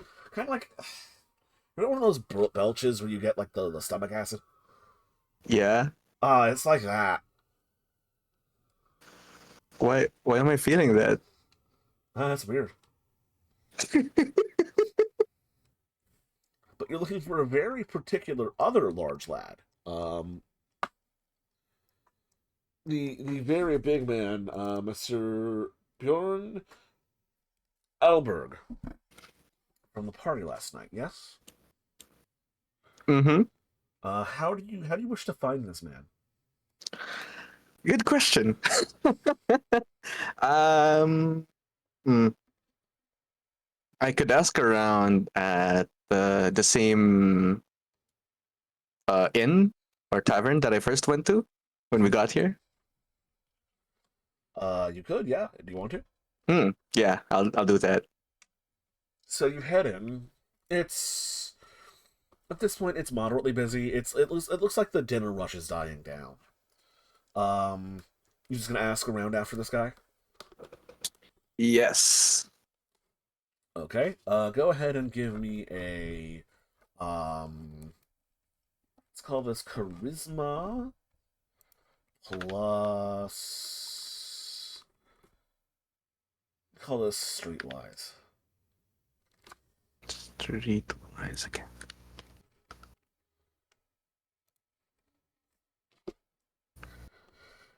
So you enter the bar, and you intend to give a description, and you intend to describe this man, and you just sort of enter in and say, "Hey, I'm looking for the biggest guy in town. Toughest, biggest fists that I've ever seen." And a bunch of people just turn and look and say, "I'm the biggest, toughest guy in town. No, I'm the biggest, toughest guy in town." Oh fuck. And the tavern quickly devolves into something of a dick measuring contest. You know what? Where a bunch of porters and workmen who are just coming home from a long day's, getting a drink and a dinner after a long day's work, are just arguing, "Oh no, I'm bigger and tougher than you. Fuck you." All right. You know what? I kind of like this. Benedict will like try to get his attention. He claps his hands really loudly. Tries to yell out, all right, that's enough. I'm looking to set up a boxing club here soon. If you're intending to prove that you're the toughest guy in town, why won't you sign up for that?" Go ahead and roll me a charisma plus leadership. God fucking damn. I'd like to use one willpower for this. Okay. Oh, didn't have to. So, you manage to get up on the bar and shout about this. "Oh yeah, if you want to prove how tough you are, I'm going to set up this boxing club. Why don't you come on and prove it?" And a bunch of guys, and a bunch of the more rowdy parts of the crowd, a bunch of people are just like, "Ah, no, fuck it, I'm too busy. I'm here to relax. I wanted to prove how tough I was, but I didn't actually have to prove how tough I was." But there's still a contingent of guys in the bar who are just like, "Yeah, let's prove how tough." This idea sticks with, and they're like, "Yeah, no, I'll prove how tough I am. I'll fight right now. I'm 5 beers in." And rather quickly, the owner of the tavern looks over at you and says, "Right, you just riled up a good quarter of my constituents. Get the fuck out and take them with you now."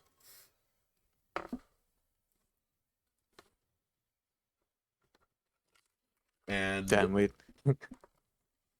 yeah, you've got a good, I'm gonna say, let's roll 2 dice.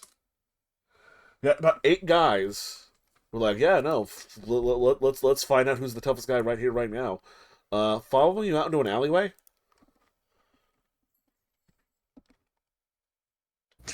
Okay. How do you wish to try to control the situation? Oh shit. They're looking at you like, "Okay, Mr. Boxing Guy, how we're doing this?" How are we doing this?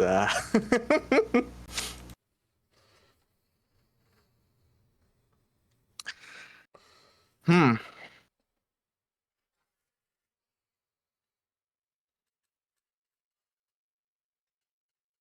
He he looks at them for a moment, trying to think of how to settle this. There's around 8 of them, right? Just Yeah, about there's 8. all included. There's about 8 guys who are just like, "Yeah, that sounds cool. That sounds great. I want to prove how I'm big and strong. You said there's a box. You're starting a boxing club.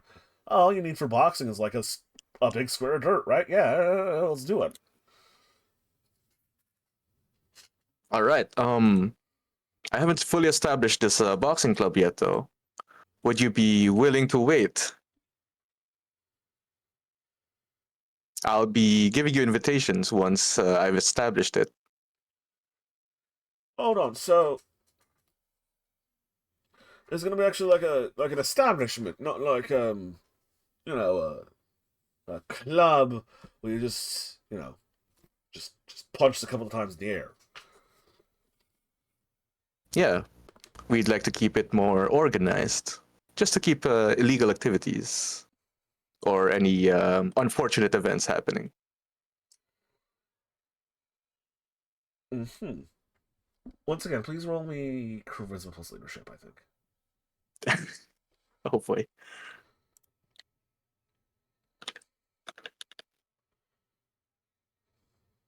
Should have put points in leadership. there's some murmurings amongst the guys for a moment, these gentlemen for a while, and then one up from among the group. Someone, ooh, who do I want to emerge from this group? That sounds all well and good. But how do we know that you're the man fit to run a club like this? And I'm going to roll high or low here. I have two characters in mind. I could do this. So it's going to be high. So it's going to be... You recognize the voice, and then you recognize the face. As from the other side of the alley, behind you, you see Gabor Vorman, the militia captain. Oh, nice. Boys, well, that's... keeping things civil is something I like here, but I have had that thought rattling around my head since I met Mr. Flores here. How about you demonstrate your talents? Huh? Show these gentlemen what's for if they sign up for your club. I like the way you think. Sure. Does anyone want to start first? Well, I'm That's the best way for me to demonstrate. and we want this to be all legal-like. Boys, draw up a nice square for me and Flores to square up in.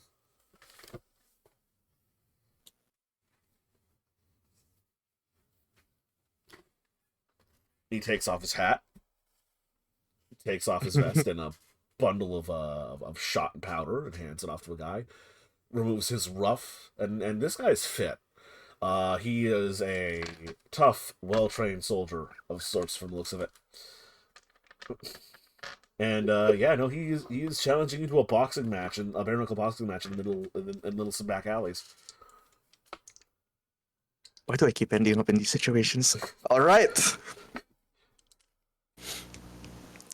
Let's have a fair, clean fight then. And he gets stanced up. Okay, now I have. Well, let me find some different music here because we're away from the chillness. That's for sure. I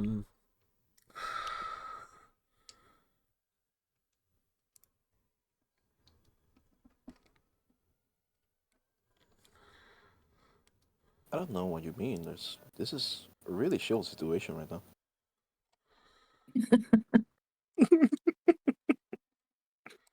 How does this keep happening to me? I keep challenging people to fights and then they fight me. What? The power of yes and. So Benedict, I want to ask you this: Are you fighting to win, or are you fighting to impress?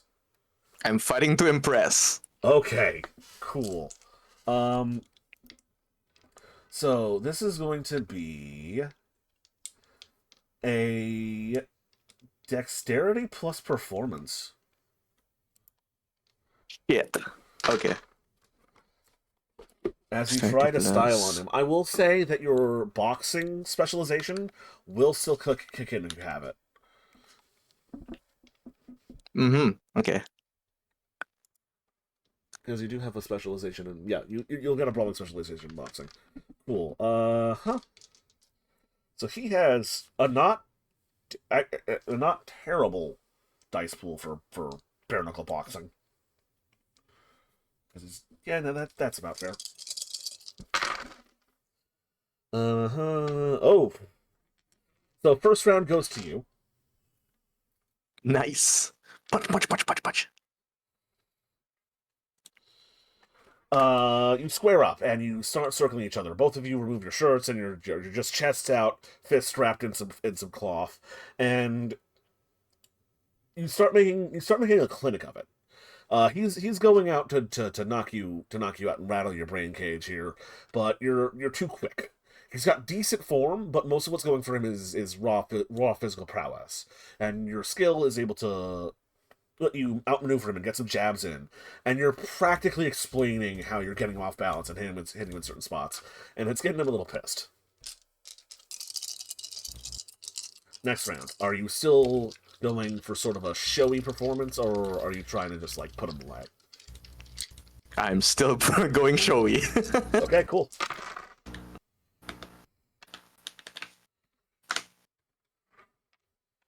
Ooh. Okay, that's 2 successes for you total. This round goes to him. You begin doing the same thing. You get a little cocky, and as you're dodging around, you stop to explain how his footing is off, and he pegs you square in the nose.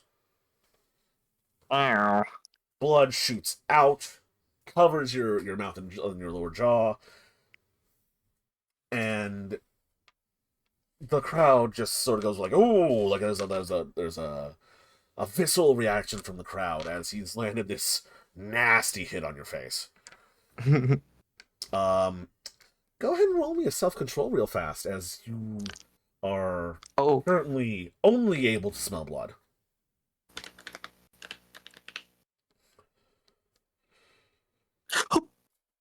How hungry are you? I could eat a whole. Just 2 points missing. Just 2 points missing. Okay. Right. This next round, you're going to attack with the intent to kill. Oh fuck. Okay. This is not Why? a full. This is not a full frenzy, but it's close.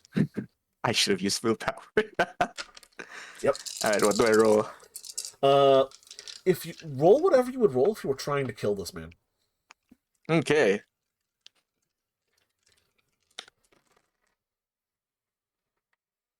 Wait, am I sure that I? Okay. Would that be strength and brawling then? If that is your best set of dice for killing a dude, sure. Hell yeah, it is. That's 1, 2, 3 successes. The beast overcomes you for a moment as you were as the stun of being clobbered in the face mingles with the sudden rush for blood as your entire olfactory system is overcome with this sanguine flavor of yourself, and you rush towards him, control gone, nothing but brute force and physical power. And the son of a bitch manages to sidestep you and rock you a couple of times in the ribs. They've managed to get loose. They've managed to get into the thick of things, and they're beginning to take you apart. And there's a single blow to your jaw that sort of knocks the beast out of you for a second, and you're able to collect yourself.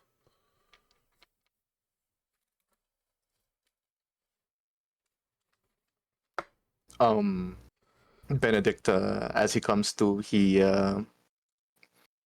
wipes the blood off his jaw and he tries to act cool about it. He's like, you're really good at fighting. I wouldn't expect less from what's his role again? General? He is the militia captain. I wouldn't expect less from the militia captain. You're not bad yourself, though all that talk about control and fancy footwork just went out the window there. Did I strike a nerve? Seems so. I haven't quite lost a fight in a long time. My apologies for that. You gonna keep going? I think Benedict will call it there. He'll reach out to shake a hand, and how about we call it even for now? He'll shake your hand back. I got one more hit on you than you did me. But we'll call it fair. Sure.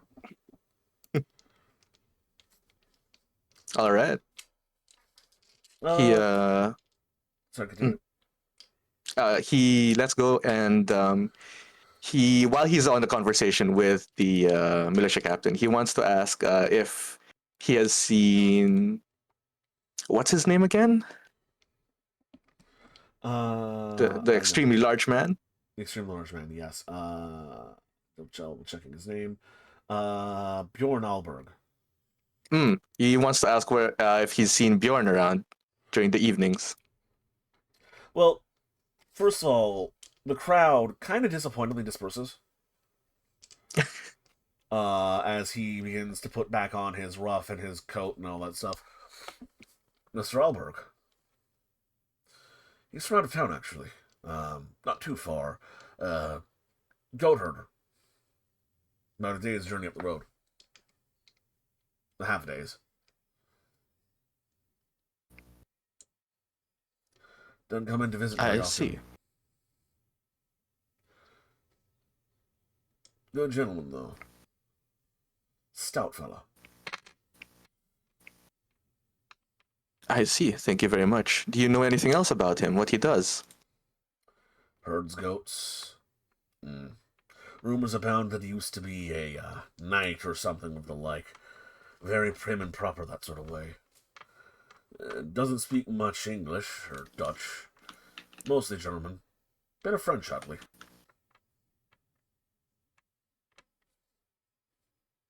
I see. Thank you very much. That's all I needed to know about him. I'll see you again next time. Maybe we could have a rematch. Sure. Oh, and, your idea for this boxing club. It's a good one. Hope you don't mind me, well, let's just say every member you have would be a very good candidate for a guard rotation. Might be able to Sounds work good. together on something like that. I'd be happy to work with you. He pats you on the shoulder and just continues his way down the alleys. All right. Benedict will head back to the ship. By the way, you took 4 points of bludgeoning damage. Youch. What does that look like for my 4 slash marks on your sheet.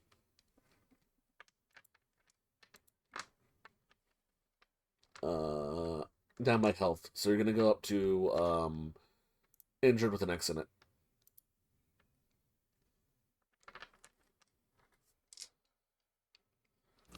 right here? Is that right? With an X like that. Oh, an X on it. Okay. Yep.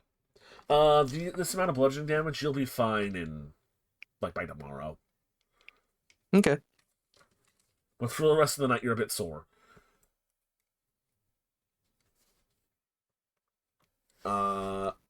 Speaking of taking a break, though, we have been going for about 2 hours. And at about 2 hours mark, we will be taking. I said we were going to be taking a break, so we're going to be taking a break now. Yeah. It's going to be 10-15 minutes. Okay. We'll see y'all then. And welcome back, everybody. We return to our vampires. Mid-evening. Yay. We all have accomplished a few things this early evening. What else you want to do tonight?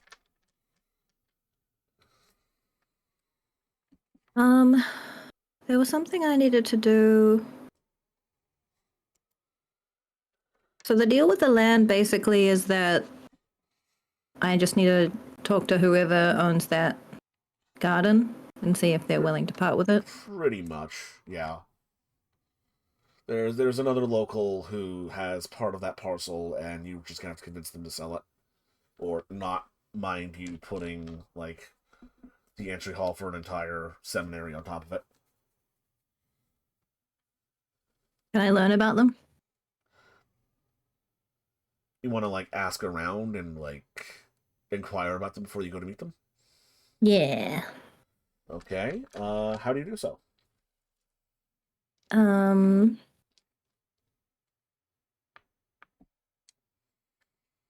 Thinking. I guess the mayor is the easiest person to get information out of. Maybe the bartender? Well, you did meet someone at the party. Who I met several people at the party. one who claimed to be rather knowledgeable about basically everybody in town. Go ahead and roll me. Go ahead and roll me intelligence to recall a name. A straight int. Mhm. Okay, what is my int? Okay.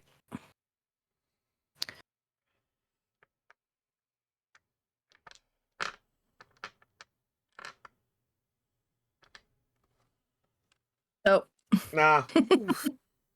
Unfortunately not. I was a bit distracted by people trying to hit on me. Yes.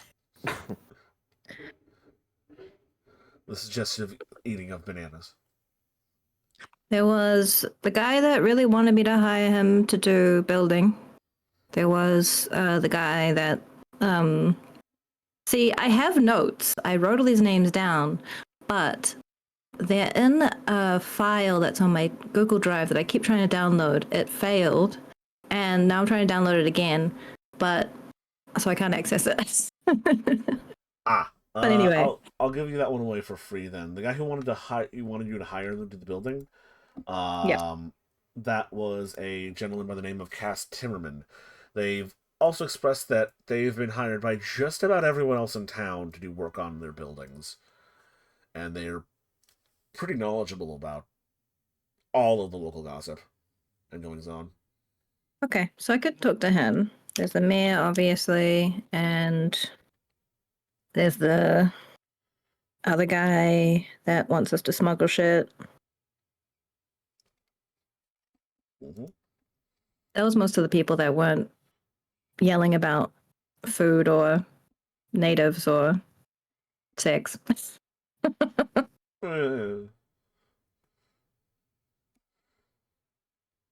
Maslow's hierarchy of needs, politics, food, and sex. Yeah, pretty much. Yeah, so horses in there, but you know. horses. What do And they horses. come under? I think politics in this case. I think it's a step down from politics and a step above from food. Okay. Yeah, I could go talk to Cass Timmerman. See what he knows about the garden owner. Mm-hmm. Actually, it's isn't it like 1 a.m. now? No, it's the next No, night. right now it's like 7 o'clock. Okay. People are wrapping up their work, or like going into town to get something to eat, or getting ready to go home for the evening, or Okay. going to church.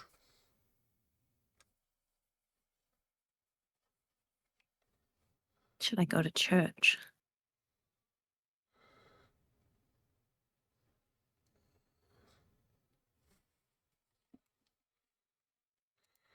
I guess I can go see if he's home.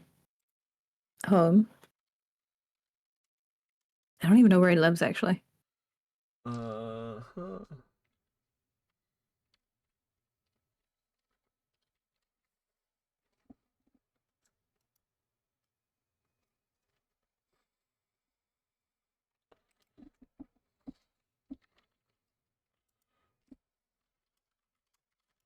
Um.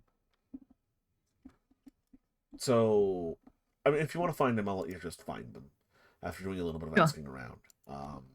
These characters are big enough names that with a bit of poking around, you could largely just find them, unless they don't live in town directly. Hence, the shenanigans Benedict got into. Mm. Um, Yeah. you quickly find Mr. Timmerman working on the docks. Actually, they are currently working as a longshoreman there, loading goods on and off of your ship. They Oh. definitely strike you as a man who takes that term, idle hands is the devil's plaything, quite seriously, as they seem to be always working somewhere. Hmm.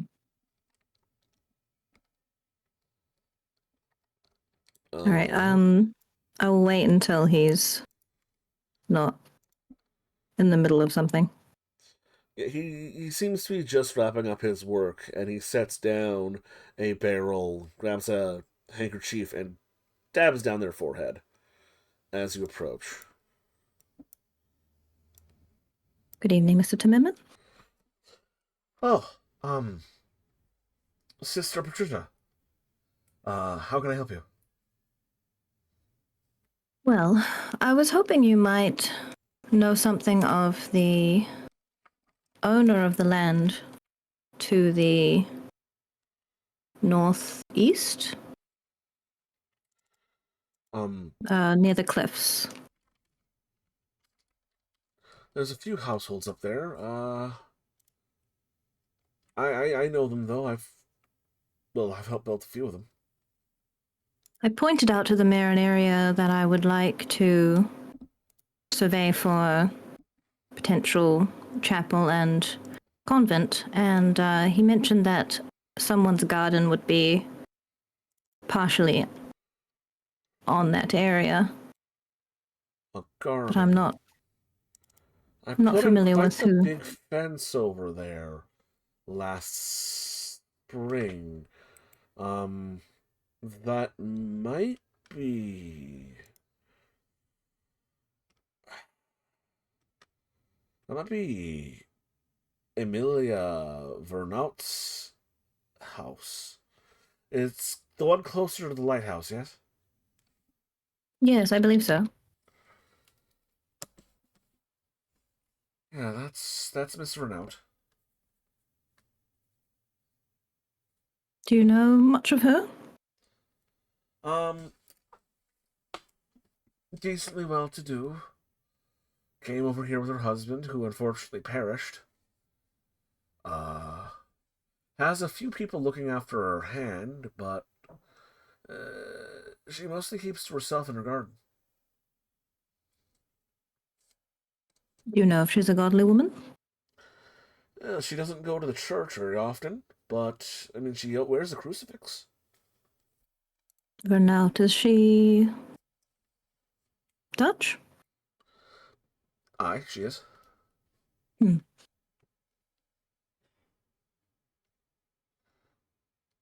At least I think she is. Vernaut's her husband's name. She took it in marriage.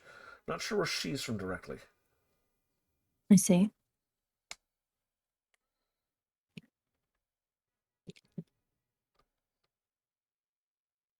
How long ago did her husband pass, do you know?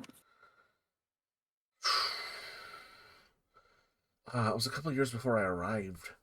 Back in the first or fourth. Actually, no. I believe the colony was about 10 years old back then. I didn't ask around too much about that painful business, you know. Hmm. Exact dates would be on his grave marker up by the church. Couldn't be more than I'd say 5 years ago. I see.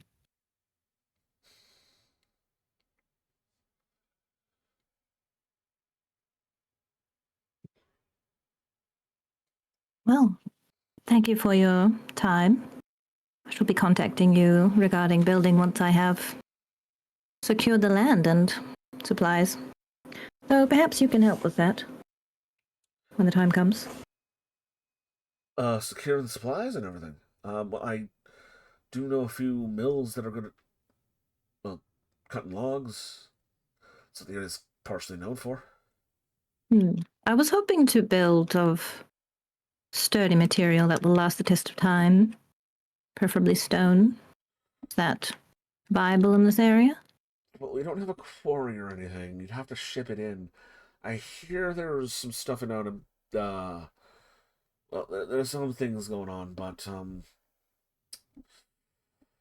oh, what was his name? Was running for mayor against Mr. Cameron and Mr. Foreman. Mr. Putter. He was trying to convince the town that that if he was elected, he could put public funds towards setting up a quarry and a mine. Yes, Wean us he off had of mentioned. Europe's teat, I think was his big spiel. We're Wanted not to shipping import stone blacksmiths. from Europe, are we? No, that's well, kind of paving stones, Gracious. sort of. Build Oh, things. You take them out of a ship when it arrives, and you pave streets with them. not But solid slab for building.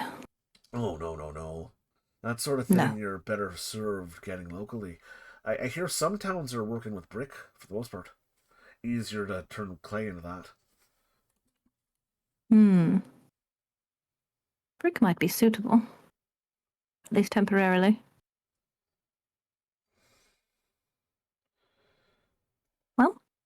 Thank you for your time. I shall let you get back to your work. Of course. And thank you for considering me again, ma'am. Sister. Of course, you come highly recommended. He smiles at that.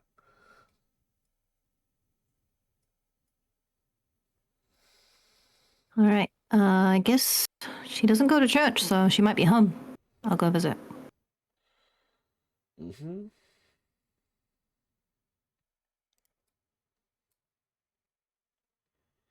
Let's find a different song, actually. So you wind your way up the hill, off the beach, towards the cliff that overlooks the harbor. Uh-huh.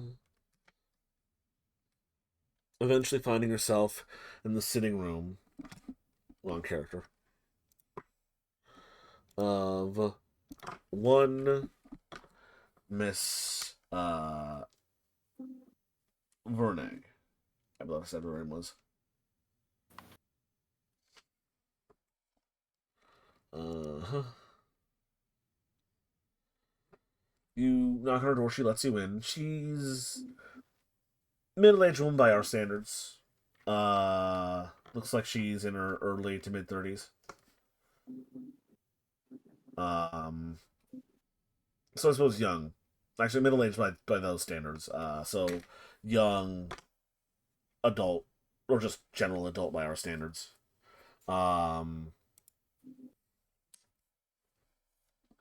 Yeah, lets you in, greets you. Is there anything? Wait, hold on. Accent real fast. Is there anything I could help you with? Yes. Allow me to introduce myself. I am Sister Patrizia, and I am looking to build a chapel and convent to establish a nunnery here. The area of the cliffs seems to be the solid ground that would hold a sturdy building such as that.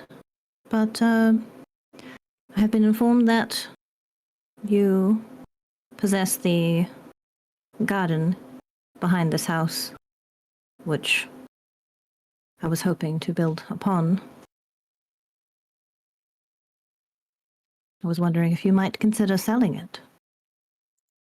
My garden.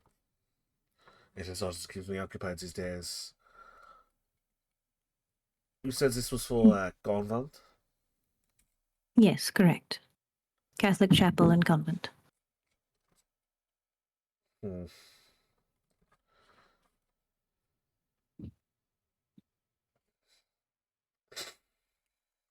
You have She faith ponders yourself? for a moment. Sorry, what, you said what? You have faith yourself? I am a Christian woman, yes. My husband wanted me to convert when we got married, but that was not for me. Hmm. Hmm.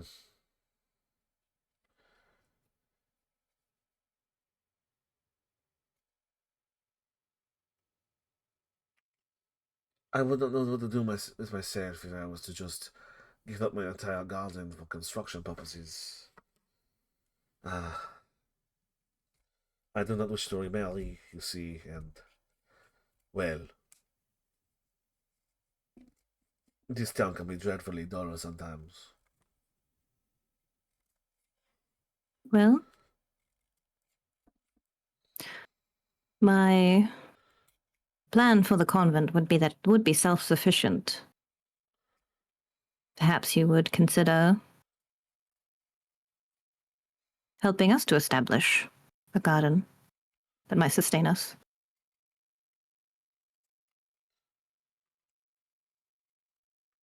How big was this mess supposed to be? Did you were considering running an apiary? Just a simple thing to grow vegetables? Well, I was hoping that we could eventually have enough resources to perhaps have an area to make products to sell, perhaps Perhaps honey, yes, perhaps cheeses. There are some caves below the cliff that perhaps could be utilized as an area for growing cheese mold and such. But Man, what I would do it for all a nice depends. brie out here. Yes, it is rather lacking, isn't it? I know my accent is a little odd, but I am from the south of France myself. I am from outside of Lyon. Hmm. A long way from home. The both of us yet? No? My garden itself is not a little vegetable garden. I've spent much of what my husband left me to make a beautiful place. Come, let me show it to you. You should I see would love what to you're see. planning to remove before you plan to remove it. Yes. And she takes you out back, and truly, it's not just her backyard. It's the vacant space between her building and the next building and the building next to it. And it is a lovely garden. Roses, tulips, a number of fine exotic flowers. From here, from Europe, from Asia. You see she's even growing saffron bulbs. Hmm. It is well laid out. It is detailedly manicured. And it's genuinely just a lovely little space. Well, not little at all by any means. It's large enough to get up and stroll through. Almost like the sort of gardens you'd see in Game of Thrones where the conspiracies always happen. Not Takes quite great that skill. large, like a botanical garden or something like that, but like uh the space mirrors the footprint of her own home. Takes And great yet, skill to grow such a variety of beautiful ornamental and practical plants here. well, I've always had answered myself ugly in some, and I had a little bit of help from a couple of the local ladies. Hmm. Have you met Miss Sadie Lane? I do not believe so. Lovely woman, very cultured. One of the most how do you say stimulating minds in the entire town. Hmm. She actually gave me some roses. Should like to have the chance to meet her someday. Oh, she's a beacon of culture. It was mentioned to me that you have suitors. There's no one bothering you. Oh, no, of course not. I swore to love one in sickness and in health until death do we part. But I intended to spend my life with them. I don't want a replacement. Yes. They were good enough men since I crossed half the world to be with them. I am dedicated to one alone myself, of course. I can understand.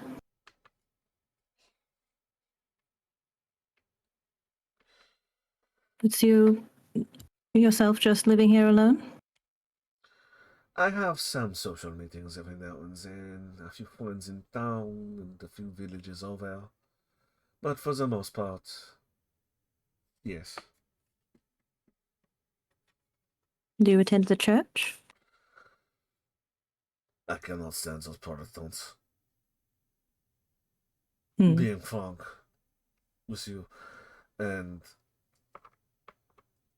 pardon my language, is just so bowing and dull. God deserves to be covered head to toe in all of the gold and jewels the world that he put into the planet. And then what do? They build that nice big stone church and put nothing in it. Oh, I am so pleased to hear you say that. I was shocked at the idea that to create art in the name of the Lord is a sin. They call it vanity.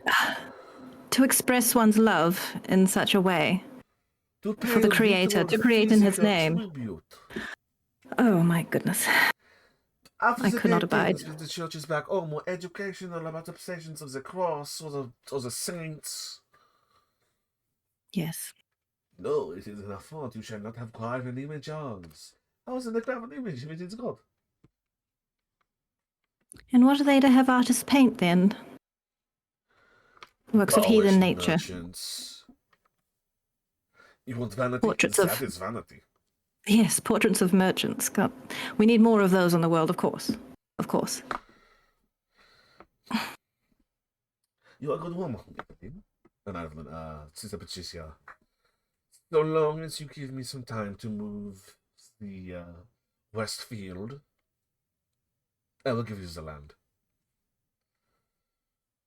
I feel I should not have you move it. It's thriving where it is. Perhaps I can make other arrangements. If you need anything to be located in the planning phase, let me know. I would like a place to be able to pray without so much robbery. Yes, If as a friend in the area would be lovely. it has genuinely been a wonderful pleasure to meet you. And should I have need of your land, I certainly would accommodate any time period that you need, but my hope is that I should not need to disturb it because I do believe this is a wonderful expression of your love of God and creation. I should not wish to disturb it. Between you and myself, the mayor was approaching me with an idea of a botanical garden, but I will not have the time to manage such a thing. If you had could others to hire- direct, perhaps? Perhaps, but sort of thing is a personal passion. I'm no manager. Besides, we are a village of, what? 700, 800 people? More will come. I'm newly arrived myself, but yes, I'm hoping that I have some sisters to help with works to create the sort of town that one should love to come to. A botanical It is garden, a paved beautiful roads. idea. I'll give him that, but it's impractical. Yes, we need practical things first, but at least you have this little oasis that you've created, and I very much respect it. Thank you for sharing it with me. Well, you are welcome to visit. I shall. Well, I shall leave you to your rest for the evening. You continue to exchange pleasantries for a bit before parting ways.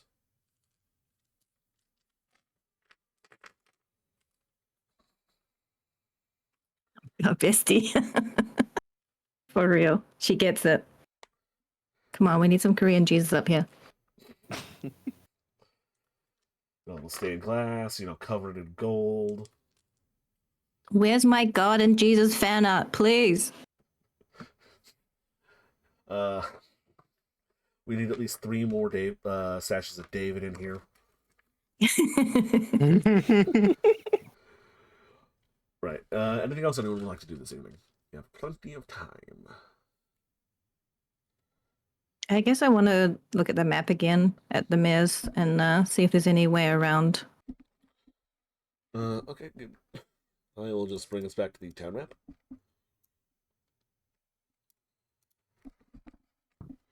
I can also zoom a step out to the regional map if you don't mind being a little further away from the center of town. Hope is that I'm Alright. pretty local and pretty obvious to people arriving by sea.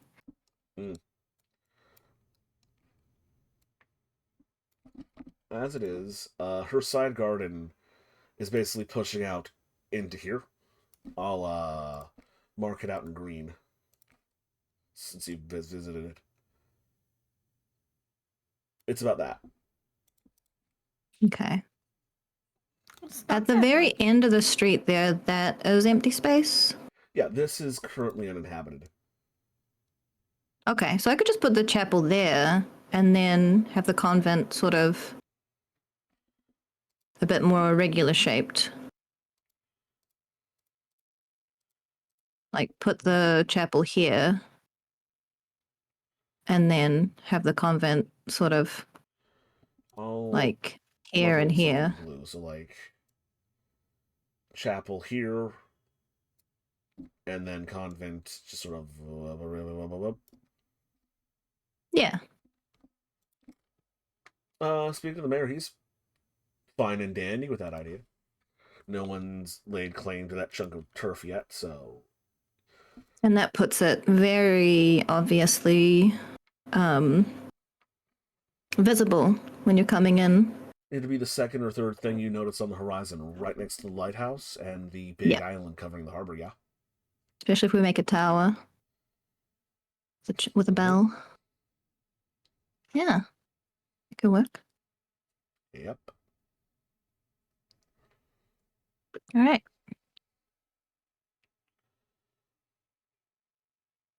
I don't know. Do we know when we're meant to get our profits from selling off the current stock? The captain said they should be coming probably sometime this week.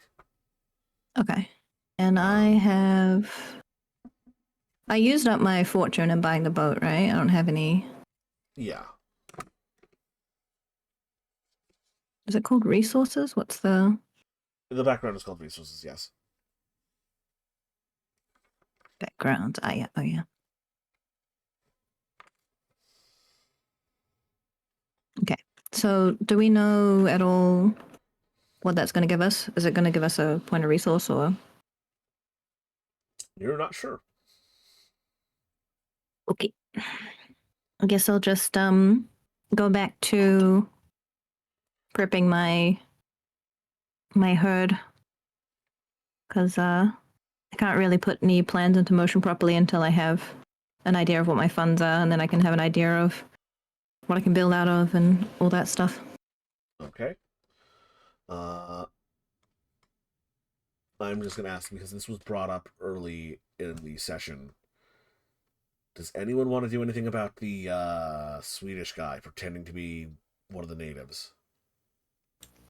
Oh, So what did we decide that we were gonna search for evidence?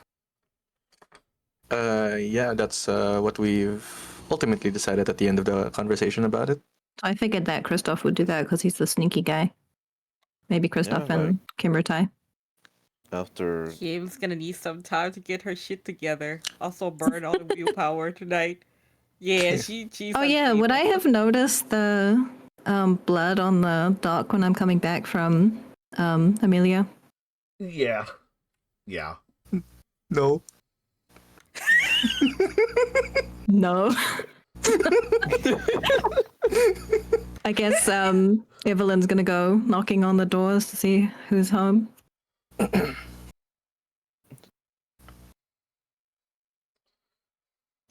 Whose doors? Christoph's home, I guess. Okay. Yeah. She knocks on his door. Come in. She will enter and close the door. Do you know anything of the blood staining the dock? Wait, Was it on the dock or the deck? It's on the docks. Like it's On the docks. So kind of on the so this bit of rectangle here, this road, is effectively a large set of stairs leading down to the docks from the ground level of the town, as the beach itself is about a 15-foot slope of sand over like a very long distance, and this makes it a lot easier to traverse up and down. And it's So it's like on those halfway stairs? down this. Yeah. Okay. Oof. The stairs leading up to the dock are covered in blood. Covered in. What the fuck? Yes. Did you by any chance have a look at the stables? Are the horse still okay? Would I have walked past the stables on my way in? There Yeah. was only the one stable- horse there. Good. Oddly enough, Good. yes. There's only one horse? Yeah. Yes, the horse that's there is fine. Did you sell the other?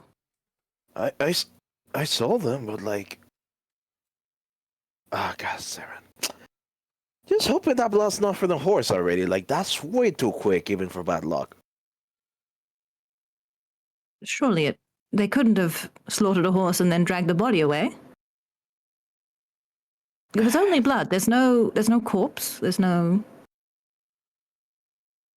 I had a glance around to see if anyone had fallen into the beach, but there's nothing. It's just the blood. God. Hoping you're fucking right. Like, holy shit.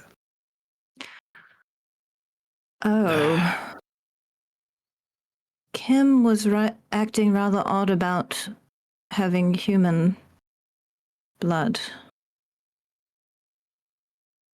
Could she have... Where is she? Not sure. Just finishing off with the paperwork here at the cell. I shall go find her. You go with you. continue your business. I was about wrapping this up anyways. I'll go with you, and cause just... As long as you can keep your temper.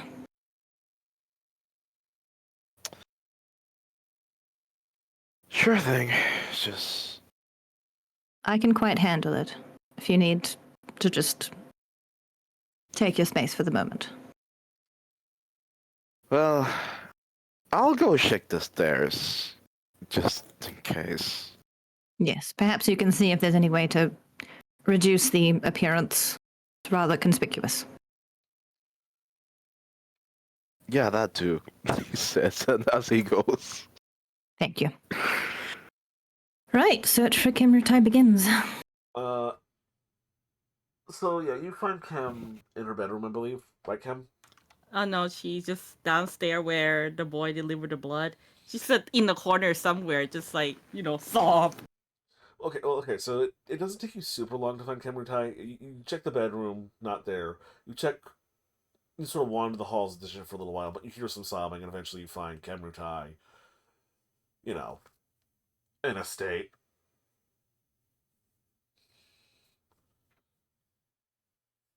Weirdly clean room. Kimrutai? She's gonna stuttered and then just quickly wipe her face. Yeah. Are you all right?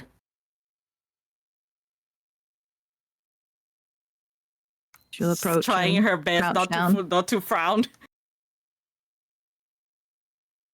Yeah. Has something happened?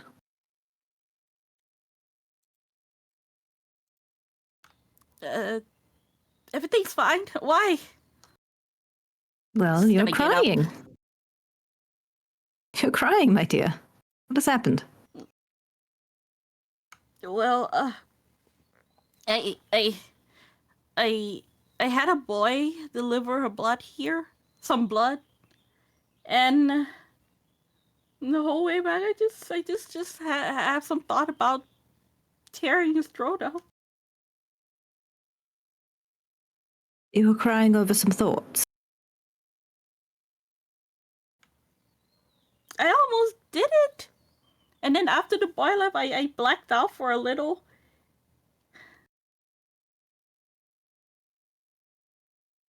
Dear child, when did you last feed before tonight?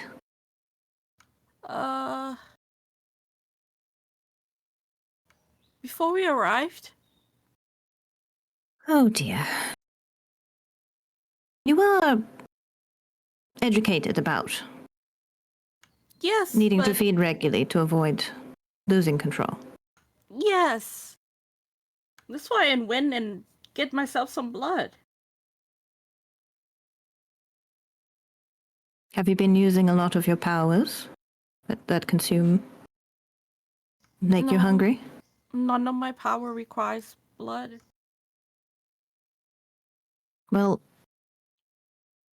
it would be best if you remained well fed. I'm trying. But also know that you will have such thoughts. It is very good that you were able to control yourself. You'll be more able to control yourself should you remain well fed. I know, it just...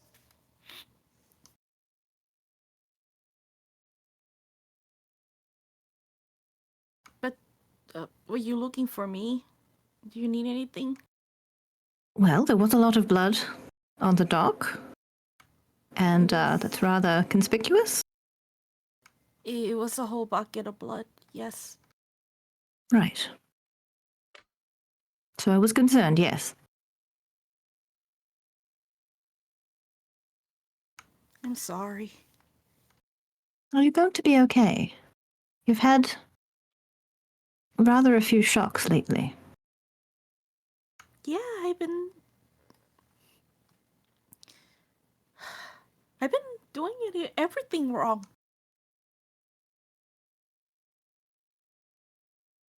Not everything. She's tearing up again.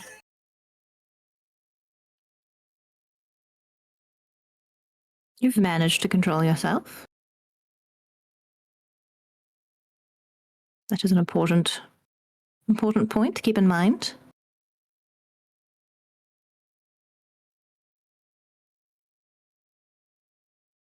You mustn't lose confidence. You're allowing your emotions to overtake you. You're losing yourself.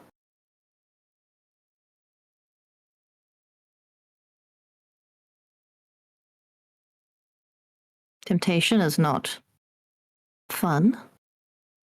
Feeling a lack of control is not enjoyable. But you can do things to make it easier. And you're not alone in these struggles. We all have the same struggle.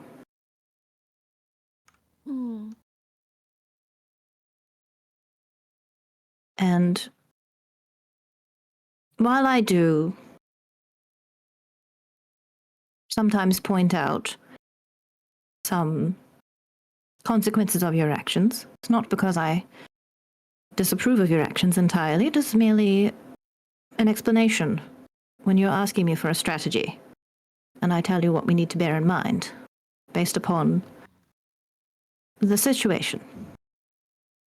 I hope you shan't take it too much to heart. I am rather a cold person at times. No, you're right. Everything that you've been saying to me, you're right. And I should take other people's feeling into consideration more. I believe you want to. I don't think it's because you're thoughtless. I think it's because you're very passionate and you get very focused. But perhaps you could just take a moment and consider the larger situation rather than just one pinpoint where you feel you can make a difference. Because we're all connected. Everything is. There are consequences for all actions, just as there are consequences for every decision that we make, both good and bad. And that is the nature of things, and beating yourself up about it, I don't suppose that's going to help you feel confident in making your next decision. Probably just make you hesitate, and then perhaps even falter. So, love yourself as you would. Oh, yes. I don't know what your gods are, but as whatever most forgiving god you have. I don't have a god. Well, I forgive you. Does that help? Tear up some more while just staring at Evelyn and nod slowly. I should apologize to Kristoff too. Yes, you should. I think that would be meaningful to him. But you are allowed to have a moment to collect yourself and to forgive yourself, if you're able. And we shall see about making sure that blood is not too conspicuous on the dock. All right. Everything else is attended. You've fed now. You've no further issues in that regard. It just I need some time. I don't think I can really concentrate well for the rest of the night. Yes, you should take some time to yourself, and not time to beat yourself up. You must promise me that. All right. Very good. Thank you, Evelyn. So, we're going to cut away from here to the docks. At this point, Benedict, you're coming back from your encounter, and you've seen Mary huddled over a spot on the stairs coming down from the town to the docks itself. And she sees you, and she hushedly gestures you to come quickly as she's lugging up this big bucket. Benedict will raise an eyebrow and approach her. What seems to be the problem? Benedict, has been a murder! A murder? A murder! Where did you see it? Right here! Sorry, you got cut off there? Right here! She points to this enormous blood stain on the stairs. Oh my. Looks like someone got their head caved in and then dragged down a couple of steps. I'll follow the,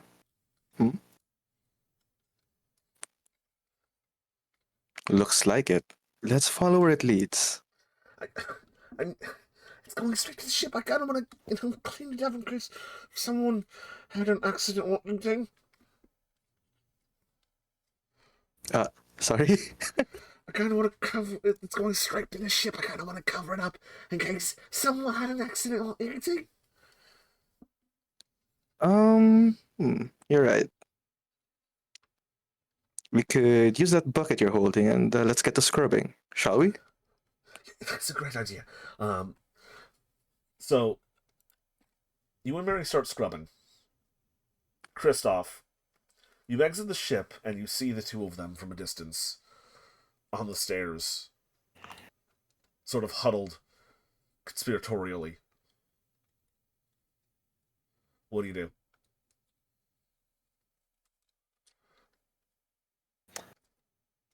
I'm trying to decide if he actually notices in his panic, if he notices there's traces from the blood. You know what? He just approaches them and be like, "What are you two doing?"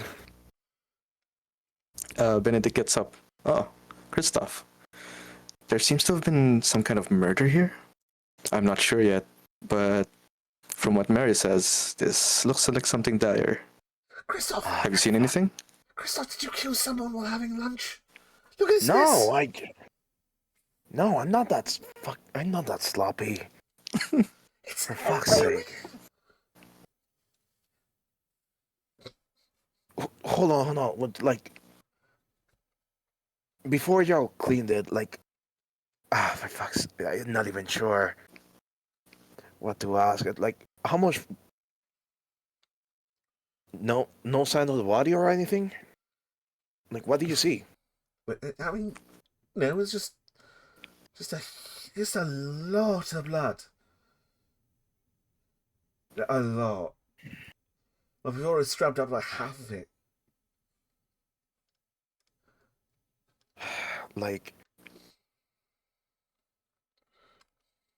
Too much for one?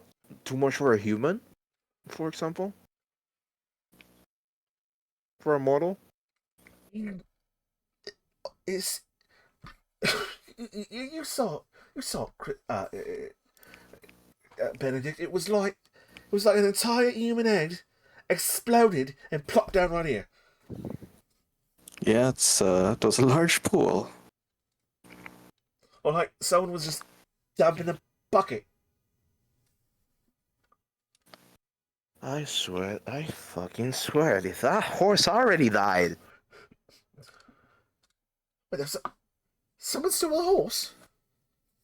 No, I just saw one of the horses, fucking hell. Because it would make sense if it was horse blood. That was because it's a lot of blood. Exaggerated amount, yes. Shall we go check on your horses?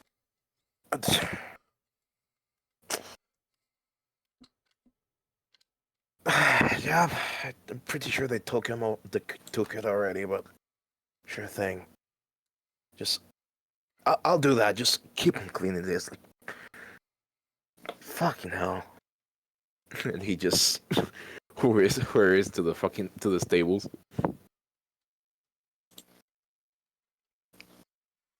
So, Christoph, you head back to the stables. Your horse is still there. The The horse you sold is gone. But the horse you still own is still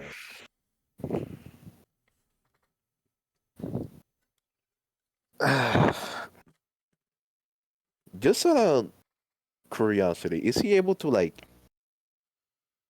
notice if like the hooves or how much transit is usually at this, like to track down which road they took with the freaking horse?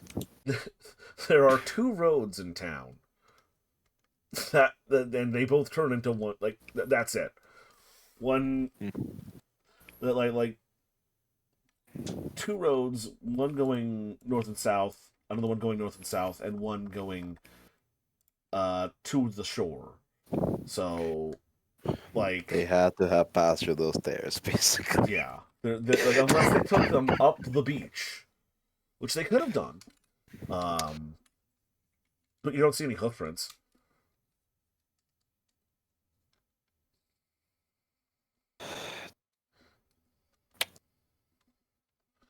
He would just fucking like storm back to the ship and just like just fucking, this is, even for bad luck, this is bullshit. As you're storming back to the stairs, you hear, "But merde, that is a lot of blood!" Benedict, you hear this a lot closer as, coming down from the town, you see Francois looking at this enormous pile of blood that you're halfway done cleaning up. Francois, what timing? You know anything about this? Oh, sounds like you don't. Here's a scrub. Here's a sponge. Or whatever they used for scrubbing back then. Qu'est-ce que fuck a sponge? Did you murder someone while I was gone? I have no idea yet. We're suspecting right now that it could be one of Christoph's horses. We're not sure what happened yet. He's investigating it right now. Oh no, Christoph's. He looks at Mary. "Oh, don't look at me. I didn't do any of this." Vampires. He continues down the steps, drops the sponge into the bucket, which is now red with soap, like water and blood, just cursing under his breath in French. Thanks for your help.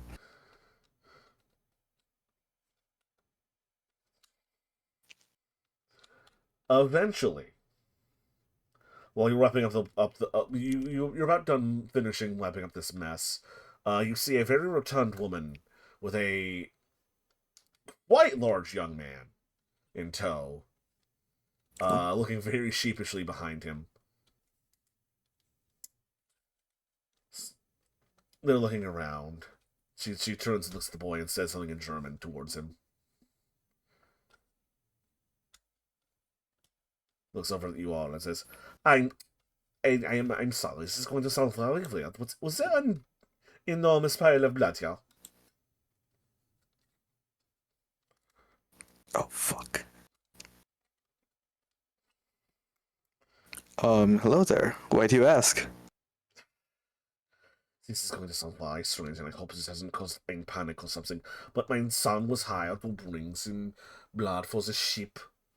Some woman came on wishing to cook some blood sausage, and we set them up with several buckets, and he spilled it all over himself on the steps. The constable, he was at our house just a few moments ago, causing such a ruckus. Oh. It was heavy blood. Yeah, well, speaking of that, there was a huge pile of blood here, and that's why we're cleaning here right now. Are you friends with that woman in the red clothes? Yes. I am very sorry for my son.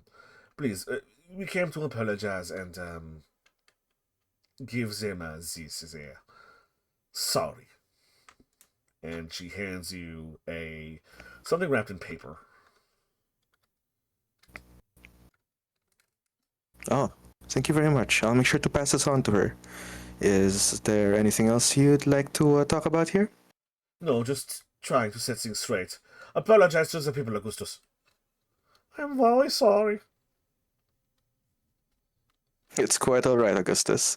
I just wish that this was cleaned earlier. Yeah, I should have gotten my mop. I'm sorry. It's I all had so right. much We're trouble. cleaning it up now. Well, thank you very much for the compensation. I'll make sure it gets to her as soon as possible. Have a great evening.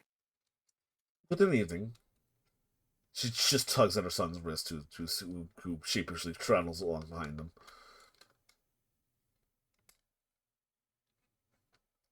Benedict will look at them leave, and as soon as they're out of sight, he heads down towards Francois and Mary, and he'll tell them, I'll head inside and look for Kem for a bit to hand this over to her. I'll be back here. So it was just a bucket of blood. It was just a bucket of blood. Nothing to do with horses or exploding corpses, luckily. Motherfucker! She just kicks the bucket, spraying part of the beach with watered down pig blood. Hey, be careful with that. I'm going to fucking bed. Had me all worried. I was worried as well. I didn't know what that was. Francois rolls his eyes to a point in which it's almost audible and heads back to the ship. Alright. Looks like we're all heading into the ship. I return control of everything to y'all. What you wanted to go find Kamrutai, right? Yes. Well, Evelyn and Kimbertai were coming out. We put in Gen Chat after our conversation. We were heading out to So, find You Christoph. won't meet on the deck then.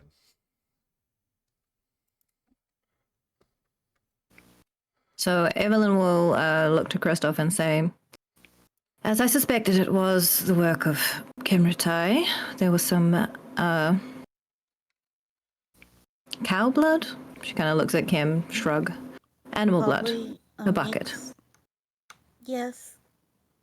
And it was, Kim it was kind of keep spilled. her head down, look up at Kristoff from time to time, guiltily.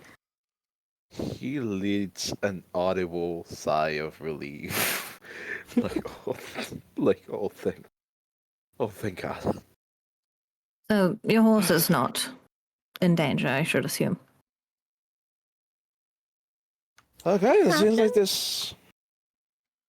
Okay, glad to know this town is not fucking cursed with horses. Evelyn looks to Kim and says, Christoph was concerned that his horse had met an untimely end. He just sold one of them. But now we know.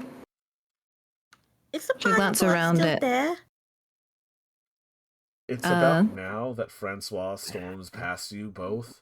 Evelyn, you hear extremely colorful language coming from the young man, punctuated by the occasional vampires, French insults and curses.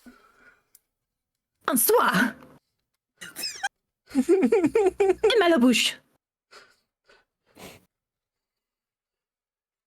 Again, string of other curses in French. Vampires. Rolls his eyes audibly, goes back into the ship. Mon Dieu! Christoph, you need to take care of that. Why is he so angry? Take it out the mess too. It was a lot, but Benedict and Mary were cleaning it last time I left. Oh no. Thought that he was a gentleman. What in the world?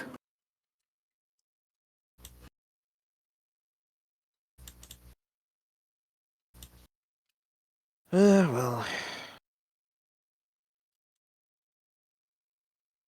he's got better days, I guess.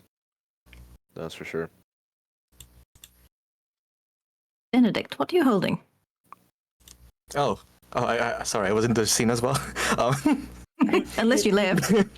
You'd be coming back to the ship at this point in time, so you can hop in whenever you like.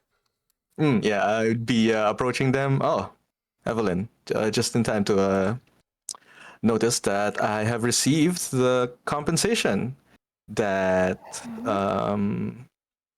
Kemrutai should be receiving for those buckets of blood that were spilled. Not an exploding horse or corpse. He hands it over to an Kem. exploding man head. Oh, what is this? I don't know. They just told me to reach it over to you. She's gonna open the fold thing. Yes. It's a cow's heart.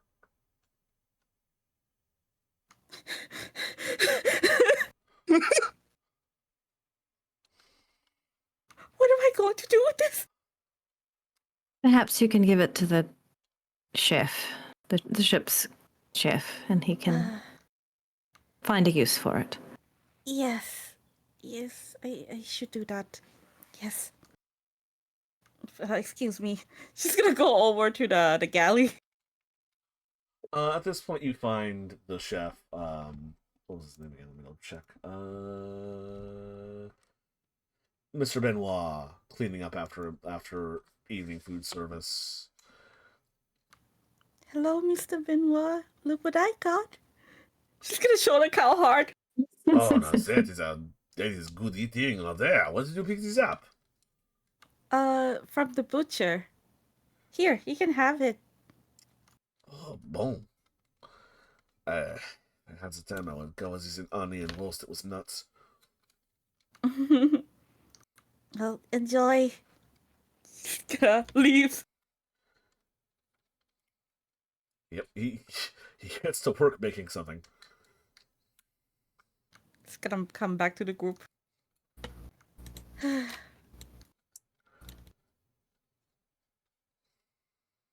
Well then,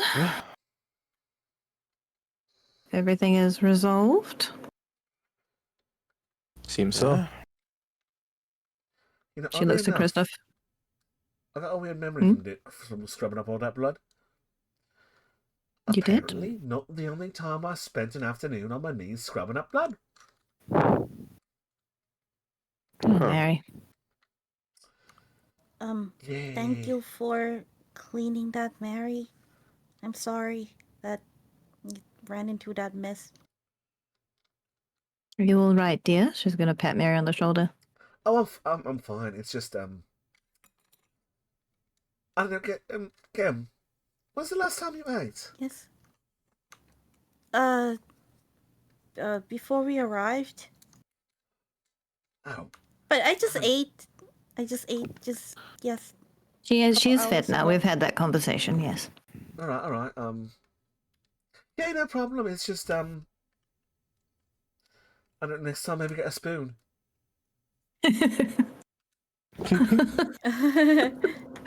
Evelyn is laughing and she's gonna cover her, like bow her head and cover her face with her hands, and she's just laughing, just not like loudly, just to the point where it might seem like she's crying, but she's just laughing. Well, I'm almost full now. She'll smile nervously. Evelyn's still laughing. Kristoff would also be laughing at that like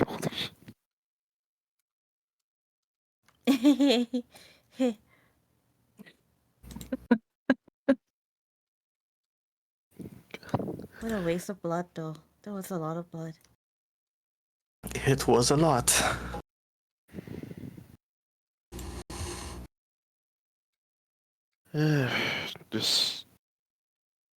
I guess just let me know if you're going there again. She looked up at Kristoff with a really really sad puppy eyes again. Kristoff, Yeah. What happened? I'm sorry.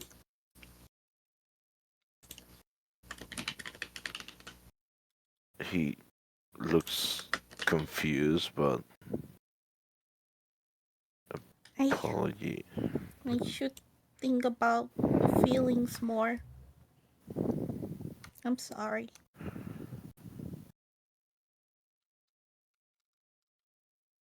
It's all right. He pats her on the back and is just don't knock yourself up. Don't knock yourself. She tears up, but then quickly wipe it. What did I just say? Anyways, apology accepted. Just again, we're all in this together. Just for the love of God, just don't try. Just slow down a few. Slow down from time to time, would you? Mm-hmm. She nods repeatedly.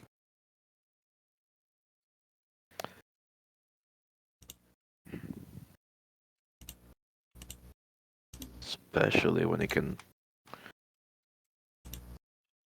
Especially when it's something that can accidentally be perceived as a murder scene.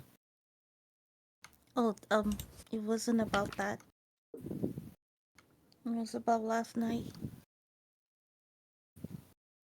Hmm.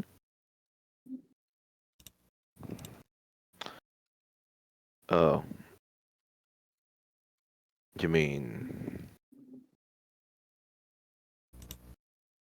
Her indelicate mention of your relative.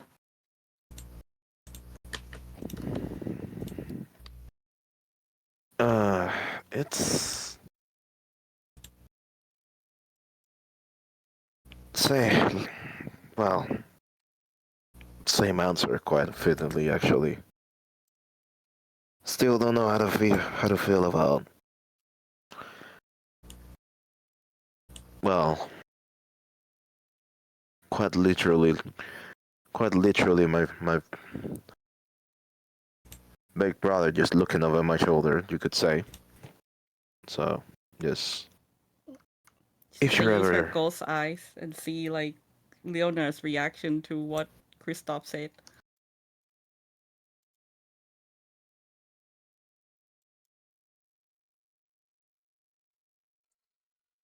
Um, how would he react to that? He's just sort of floating there, arms crossed, being kind of judgy looking.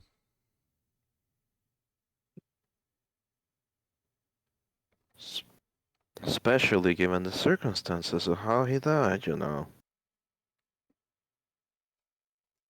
it's, let's just say it's extremely awkward.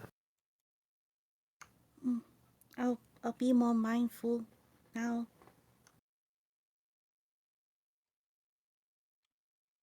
At least give me a warning. That's all I'm asking.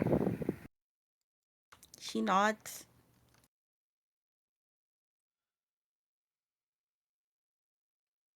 Well then, So what are we going to do with the convict? The Are we just having this conversation out on the dock still? Because it might not be the best place to. The deck of the ship. we're on the Okay. ship.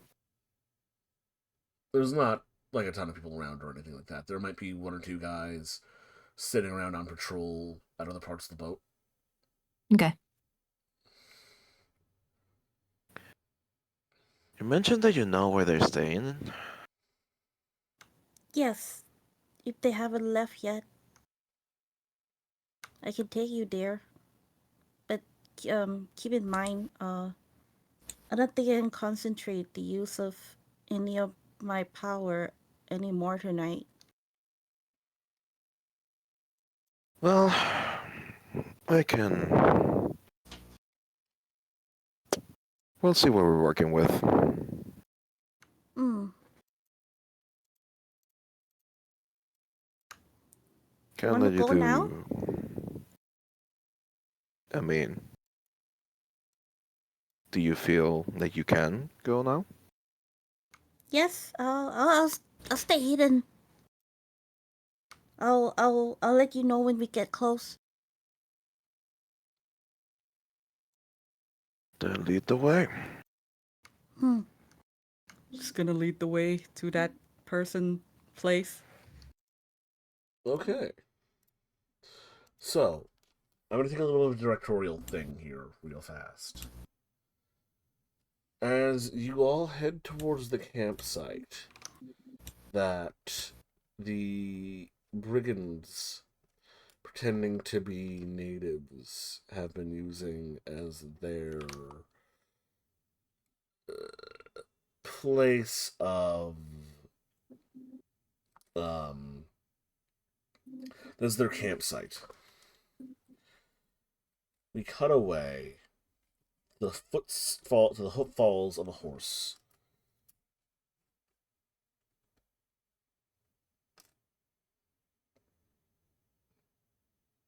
A young man, an older man, fairly similar looking, having an argument out front of their house, on the south side of town.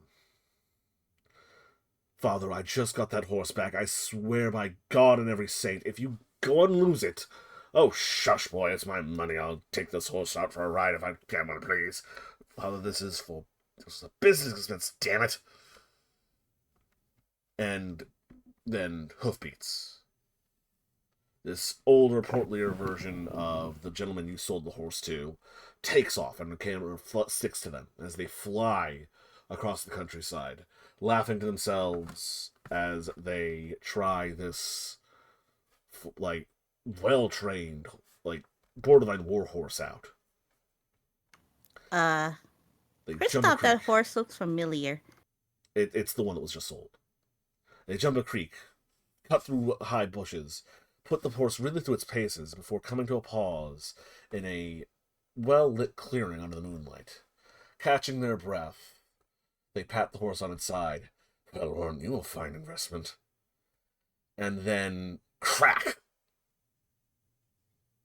A stone strikes them across the side of the head. Blood pours from their skull as they collapse to the ground. And we see a familiar face in, frankly, horrifically offensive attire. We'll just grab a portrait real fast. Emerging from the woods with a couple of gentlemen in similar states of attire.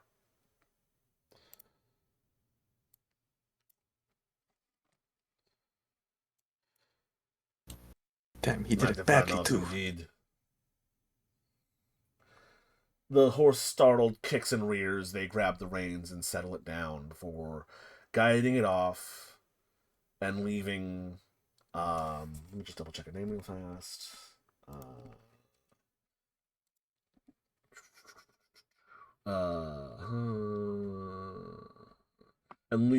We're guiding the horse off back into the woods towards the campsite, while leaving Walter Strock passed out in the bush, possibly bleeding to death. Go get him. I'll take care of the old man. And that's what we're calling the session tonight. Oh no! Cliffhanger! No! So did they witness that, or is that Kim spying? That was us as the audience witnessing a cutaway like this is a TV show. Yeah. Oh wait, so none of us were there? None of of us saw were that. there. That was Well, me, you're that was witnessing me, that, the DM, 'cause- giving you a dramatic cutaway to a different part of the. Oh my god! It's oh like my next god! time on Vampire the Masquerade. Exactly. We can't handle not knowing I everything. thought we were standing there. Oh no! No. Oh my god, rip horse! I will sometimes horse. do like a dramatic cutaway like that in some other games. I haven't done it yet with you guys, but it's a tool in my toolbox. Um, Oh my god, not the whole